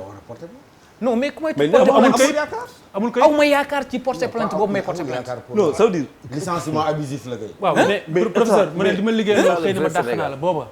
boobu fekk na la ngeen signé moo leerul. boobu fekk na au départ tey ni ma ñëwee fii amul kenn ku ma àndal sama ginnaaw amul kenn koo xamante ne nii moo ma soutenir dama ñëw ak sama gëm-gëmu bopp gëm ne lii su ma ñëwee wax ko fii peut-être mën na saafara dara. parce que dina ko saafara bu soo metti na trop ñun sonn nañu Khalifa ñëw di nga xëy bu soo non Khalifa may ma tuuti rek dafa am lu dafa am fu mu tàmbalee xam nga dafa am fu mu tàmbalee moo lay won ban sénégalais lañ amal affaire dafa ne moom du voté amul talu ko 4 avril sax da koy liggéey pare ne amul yaakaar ci tribunal tu imagines ce que ça veut dire oui te alors que c'est le vrai Sénégal comme ni ko Papis waxee. et ça c'est le Sénégal moo ñuy doxal affaire il n'est pas le seul. oui mais loolu laa non c'est ça que je veux dire. il y a des centaines de centaines. mais loolu laa bëgg dama ne la boo ubbi woon antenne bi tey boo ubbi woon antenne bi tey da nga koy mujj tëj ndax ay appel. très bien alors Diong. waaw wax ngeen ci payoor yu néew yi. wax nañ aussi ci liggéey bi ñu leen di teg. te xëy na mu nekk charge bu rëy charge de travail bu rëy. waaye man keroog j'ai été choqué récemment bi ma xamee ni que chauffeurs yi nga xam ne ñu ngi ci transport en commun amuñ sax assurance. même l'assurance du véhicule ne les couvre même pas. ba nga xam ne am na benn compagnie sax assurance bu may dégg fan yi. boo xam ne dañuy def offre de produit jëmale ko ci chauffeurs yi pour ñu assurer seen bopp. c'est sûr xam nga dinaay dégg ñi nga xam ni seen xam-xam dafa màcc. ci wàllu transport. ñu ni ñetti facteur moom mooy indi accident. bi ci njëkk mooy l'état de la route. ñaareel bi mooy l'état du véhicule. ñetteel bi mooy le facteur humain. mais le facteur humain boobu nag laa bëgg ñu taxaw. parce que facteur humain boobu boo jëlee nit teg ko charge de travail bu mu attanul muy benn. wala nga teg ko ci situation sociale précaire. parce que nag bopp mooy dawal. bu fekkee nit mi ngi dawal oto jëm fu sori di xalaat ni bàyyiwul dépense am kër ga. wala am na benn soxla boo xam ne teg na fii te payoram may ko et cetera. mais kooku mën nga koo sànkaale ñeneen. oui. donc ce facteur humain là il faut qu'on insiste donc. au-delà même du sort. du chauffeur en particulier il se pose un problème de sécurité globale. très bien alors Diallo Niang salaamaaleykum. salaam. Diallo Niang yaa ngi may dégg. sëñ bi maa ngi leen di ziar. très bien Diallo yow yaa ngi bokk ci syndicat Dakar corridor Dakar Bamako. waaw. ay chauffeur ngeen. waaw. très bien ñu ngi lay déglu. voilà maa ngi nuyu plateau bi ñu fi teew ñëpp. très rapidement on a très peu de temps. pour terminer voilà maa ngi nuyu ñu teew ci plateau bi. oui. di nuyu sama mbokk mi toog foofu xamante nañ bu baax. très bien waaw sama grand frère. parce que voilà man maay Diallo Niang ñoom chauffeur yooyu yëpp man maa leen nekkal ci corridor bi. très bien. moom transporteur bu génn léegi bon wax salaire yi mais salaire yi ñuy fay chauffeur Sénégal 1% ñoo ciy fay 100 000 francs 1%. 80 000 la Sénégalais yi di fay. 60 000 mais bi ci gën a garaaw mooy oto ciment yi amuñu sax salaire Dakar Bamako lañ leen di fay voyage 25 000 francs oto bi chauffeur bi pour mu am 100 000 francs yi boo mu dugal 4 voyage ci weer bi chauffeur bi tarul nelaw prestement yàggul dara dama am benn chauffeur bu génn Bamako ñëw kii dina gaare bëgg a nelaw à 1 heure du matin ma ñëw ni ko ni nga tëddee baaxul jël sa lal bi nga yóbbu boor bee juste patron woo ko mu ni ko damay nelaw mu ni ko non boo nelawee foofu oto bi du mën a saaree suba mais 5 heures du matin lañ ma woo ni ma suba baa ngi ci morgue ba. morgue Tamba laa ko fekk. dafa daw ba yeewoo ci àll bi parce que bu demul borom oto bi nangu oto bi te da koy nangu dara du ko di fekk. nga jël transporteur léegi Sénégal nga dawalal ko 15 ans heure bu xëy ni la carrément sama oto tàggoo ak yow du mujj fenn. moo tax chauffeur aussi amuñu bañ da ngay dem ci àll bi oto bi fànn ay frein nga ñëw ni ko oto bi kat mënatuma koo delloo amul frein mun la kon carrément ne ma jox keneen. dara du ko di fekk. chauffeur yi aussi dañu amatul fu ñu daw jëm. tey jii accident yi yëpp ñuy wax accident yi yëpp mooy chauffeur yi leen mettre dans des bonnes conditions. tey jii mi ngi wax fere yooyu 170 000 170 000 yooyu mu wax 25 000 francs moo ci def station chauffeur beeg emprunté. très bien alors Diallo dernière question li ma la bëgg a laaj mooy ñii di def loolu ñii di traité nañu seen employé est-ce que ay société la yoo xamante ni légalement constitué wala ñoo xam ne nii comme ni ko Sidi Ndiaye waxee léegi amuñu këyit ay informel lañ. xam nga société yooyu ngay gis ñu lay wax yëpp naan la société yu mag dañ leen naan pour nga am récépissé bii nekk société il faut nga présenter ay embauchement yooyu yëpp amul mais embauchement chauffeur bi nag wala kaay chauffeur bi mais chauffeur bi dañ naa ko embauché naa la amul bulletin salaire amul IPM suru embauchement te embauché naa la donc laay doon heure bu xëyee bu ñu ko takkee ñu ni ko embauchement bañ la joxoon baaxul. très bien très bien merci beaucoup Diallo. ok merci merci Diallo. Sénégal waa Sénégal sédd leen. on a un problème de restitution dama ko yàgg a wax. oui un problème de restitution de l'État. ça veut dire que fu muy commencer mooy j'espère que ce haut conseil là lii mooy le premier kii yoo xamante ne parce que xaalis bu bëri a ngi fi. très bien Maël Papis. waaw man li ma waxoon lay répété war rek. c'est ça le vrai Sénégal mooy ñi amul problème ñoo nekk devant alors que la grosse majorité ñi nekk si ginnaaw ñoo problème on parle peu d'eux. ba pare li gars yi di réere mbir mooy camions yi xaalis rek la. mais loolu rek la. c'est-à-dire que loolu moom moo graaw. marge bénéficiaire 40 000 camions. non bénéfice rek la. wala ñu dem. c'est-à-dire que boo bëggee gagner xaalis demal wuti ay camions. merci alors Mbodj. léegi ñu ngi tàggoo. gis nga problème yu mel nii. boo ko amee wala nga dégg ko am. day ñëw si jàkkaarloo bi. li dootul amati Sénégal. ah n'est-ce pas on est d'accord. waaw mais nag ñun chauffeur ñu ngi ñaan aussi. TFM. ñu dimbali ñu utal ñu foo xamante ne fa la ñuy waxee suñuy problème. yaa ngi foo toog nii amuñu fu ñu ko waxee. fan nga toog nii. waaw mais fii man ba ma juddoo ba tey. am naa 34 ans. waaw ci man laa doog a gis chauffeur bu ñu invité télé mu toj ko. waaw mais doo ko sant yàlla. Jàlla sant naa ci yàlla bu baax sant leen. jàkkaarloo bi kon mais dafa doyul xoolal dama bëgg ngeen dolli seen loxo. ba pare bu ma nduur yéen. ñi nga xamante ne dañu am doole. non dama lay dañu investir ci transport. transport ni ngeen ko bàyyee moo doole. non ni ngeen ko non. Khalifa mooy patron émission bi. Khalifa voilà Khalifa ak Youssou Ndour ak ñëpp dama bëgg ñu investir ci. non nañu investir nañu investir transport nañu investir. parce que nit ñu bàyyi ak ñii dafa doy waar. mais Mbodj la moo tax xam nga lu tax li nga wax ni xam nga lu tax li mu wax ni am importance. Mbodj am nga xar. Charles. pour dire la vérité. waaw Bouba da lay jox xar. amaguma xar. balaa nga fi jóge am xar uy ma Mbodj. di nga yóbbu xar. amiin jàkkaarloo bi moo lay may am xar. amiin léegi xam nga lu ñuy def. li nga wax ni dafa am solo li tax mu am solo mooy dafay wane à quel point la sa désespoir toll. ba nga bëgg ñoo nekk jëndaloo ay camions. amuñu lu ñu jëndee sax mbéy. dama ne la d'accord mais man dama ne la tey ku ma gisoon ku ma jël. lebal ma paas ma dem liggéey fay la damay dem liggéey fay la. tey boo surfee dugg si internet ay Manitoba dañuy fay chauffeur heure 20 000 francs. am xar daal am nga ko bu soobee suñu borom jàkkaarloo bee la ko may gis-gis. jàkkaarloo.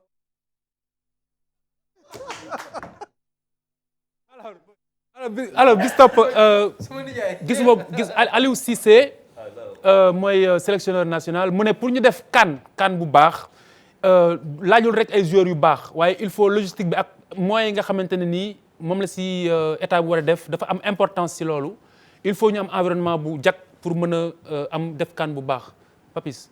man dernier bi laay jël quoi il faut un bon environnement. mooy synthétiser yëpp. un bon environnement pour gagner une CAN. obligatoirement il faut que l'environnement soit bon. oui pour gagner une compétition. kii Bouba. waaw bon déjà dañ koy féliciter.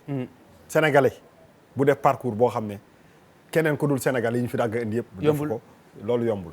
beneen affaire bi moom mooy que je pense que am na confiance ci boppam loolu moo ko valoir li je pense que aujourd'hui il faut que lui. qu'il prenne ses responsabilités. Qu'il soit intransigeant pour que. Professeur man comprendre ma environnement bi lan la. boo génnee logistique bi boo génnee joueurs yi boo génnee. waaw mais ban environnement nañ qualifier environnement bi. non il y a ce qu'on appelle mën nañu wax ambiance bi atmosphère bi. ce qu'on appelle des facteurs de performance. ba gindiwu leen ma de atmosphère bi. waaw lan environnement. pour man waaw environnement mooy li tënk li lépp. mooy li tënk moyen yeeg logistique beeg. lépp daal non waaw man de xam nga mooy waaw mooy pour mu leer mooy que tous les segments qui composent l'équipe soient dans une même dynamique. man jàngat bi ma ci am. waaw jàngat bu ndaw bi ma ci am. mooy xeex bi nekk ci biir football bi. pour man foofu lay wax. xam nga professeur waaw déglu ma rek bu professeur ndax Bouba yóbbu na la fi nga bëggoon a dem. waaw parce que professeur nag xam na nag luy environnement. xam na ko foofu la mooy xeexante beeg kiyante bi. waaw mais yéegu moom xam nga boo nee environnement. professeur da lay jaar ci digg bi nag. waaw loolu moom c'est le péché mignon des Sénégalais. bu rawatina ni ko bu waxee doomi réew mi la. bu dee am nasaraan la souvent bu gars yi saxatee ñu ne yaaram kàllaaw mais bu dee ñun ñuy xeexante suñu biir. loolu c'est des pratiques à bannir. c'est pas des critères de performance. d'accord. Charles vous n'êtes pas des sportifs. bu mu waxee bon joueur mooy technique. bu mu waxee logistique. mooy kii bu ma waxee il y a 6 facteurs de performance. Il y a 6 facteurs de performance. Mais ce qu'il a dit, il a remis tout le monde à sa place et il a raison de le faire. mooy jël responsabilité. Moi je pense qu'il a bien raison. tudd logistique tudd les moyens de l'État. parce que li koy firnde mooy bu ñu fàttali li tax ñu def parcours sans faute. C'est parce qu'il y a de petits détails qu'on a pu régler et qui ont donné de grands résultats. Très bien. dañuy jox mbir misaal ci Niger. oui Niger ñëw na fii. ñu accueillir ko à Dakar joué ak moom. war cee teg ñetti fan war a dem Niger pour fekk leen. waaye ñun ci suñu xarañ ci organisation. moo tax sax ñoo leen jiitu seen dëkk. ba bañ fay ñëw ñun ñoo leen tertu. très bien loolu day wane ni donc logistique. Aliou Cissé na yokk loxoom rek ñu ngi koy félicité bu baax. merci beaucoup Bistop alors Bistop moom mooy Bamba Fall mu ne parti socialiste est devenu l'antichambre de l'APR ndax 95% yi nga xamante ni ñooy membre direction bi transhumé nañ ci APR Bouba. li Bamba Fall wax fa dëgg yàlla neexut a weddi dëgg la de. professeur. mooy li Sénégalais yi constaté. Charles. ah bon. Momar. waaw mais Bamba Fall xëy na nag caricature la def. oui il a grossi un peu. oui le phénomène.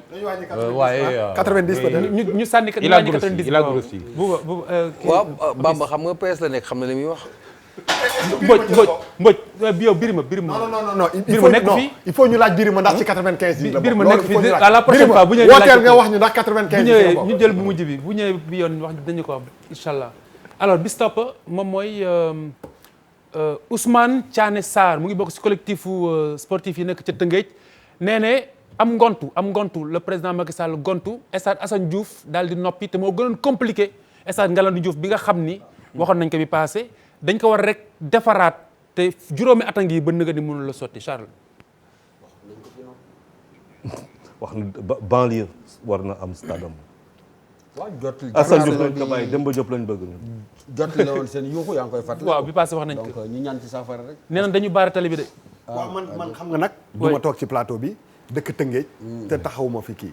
dañu bëgg suñu stade bi gars yi defar ko loolu mooy wax ji. waaw vas-y nañ ci jóg.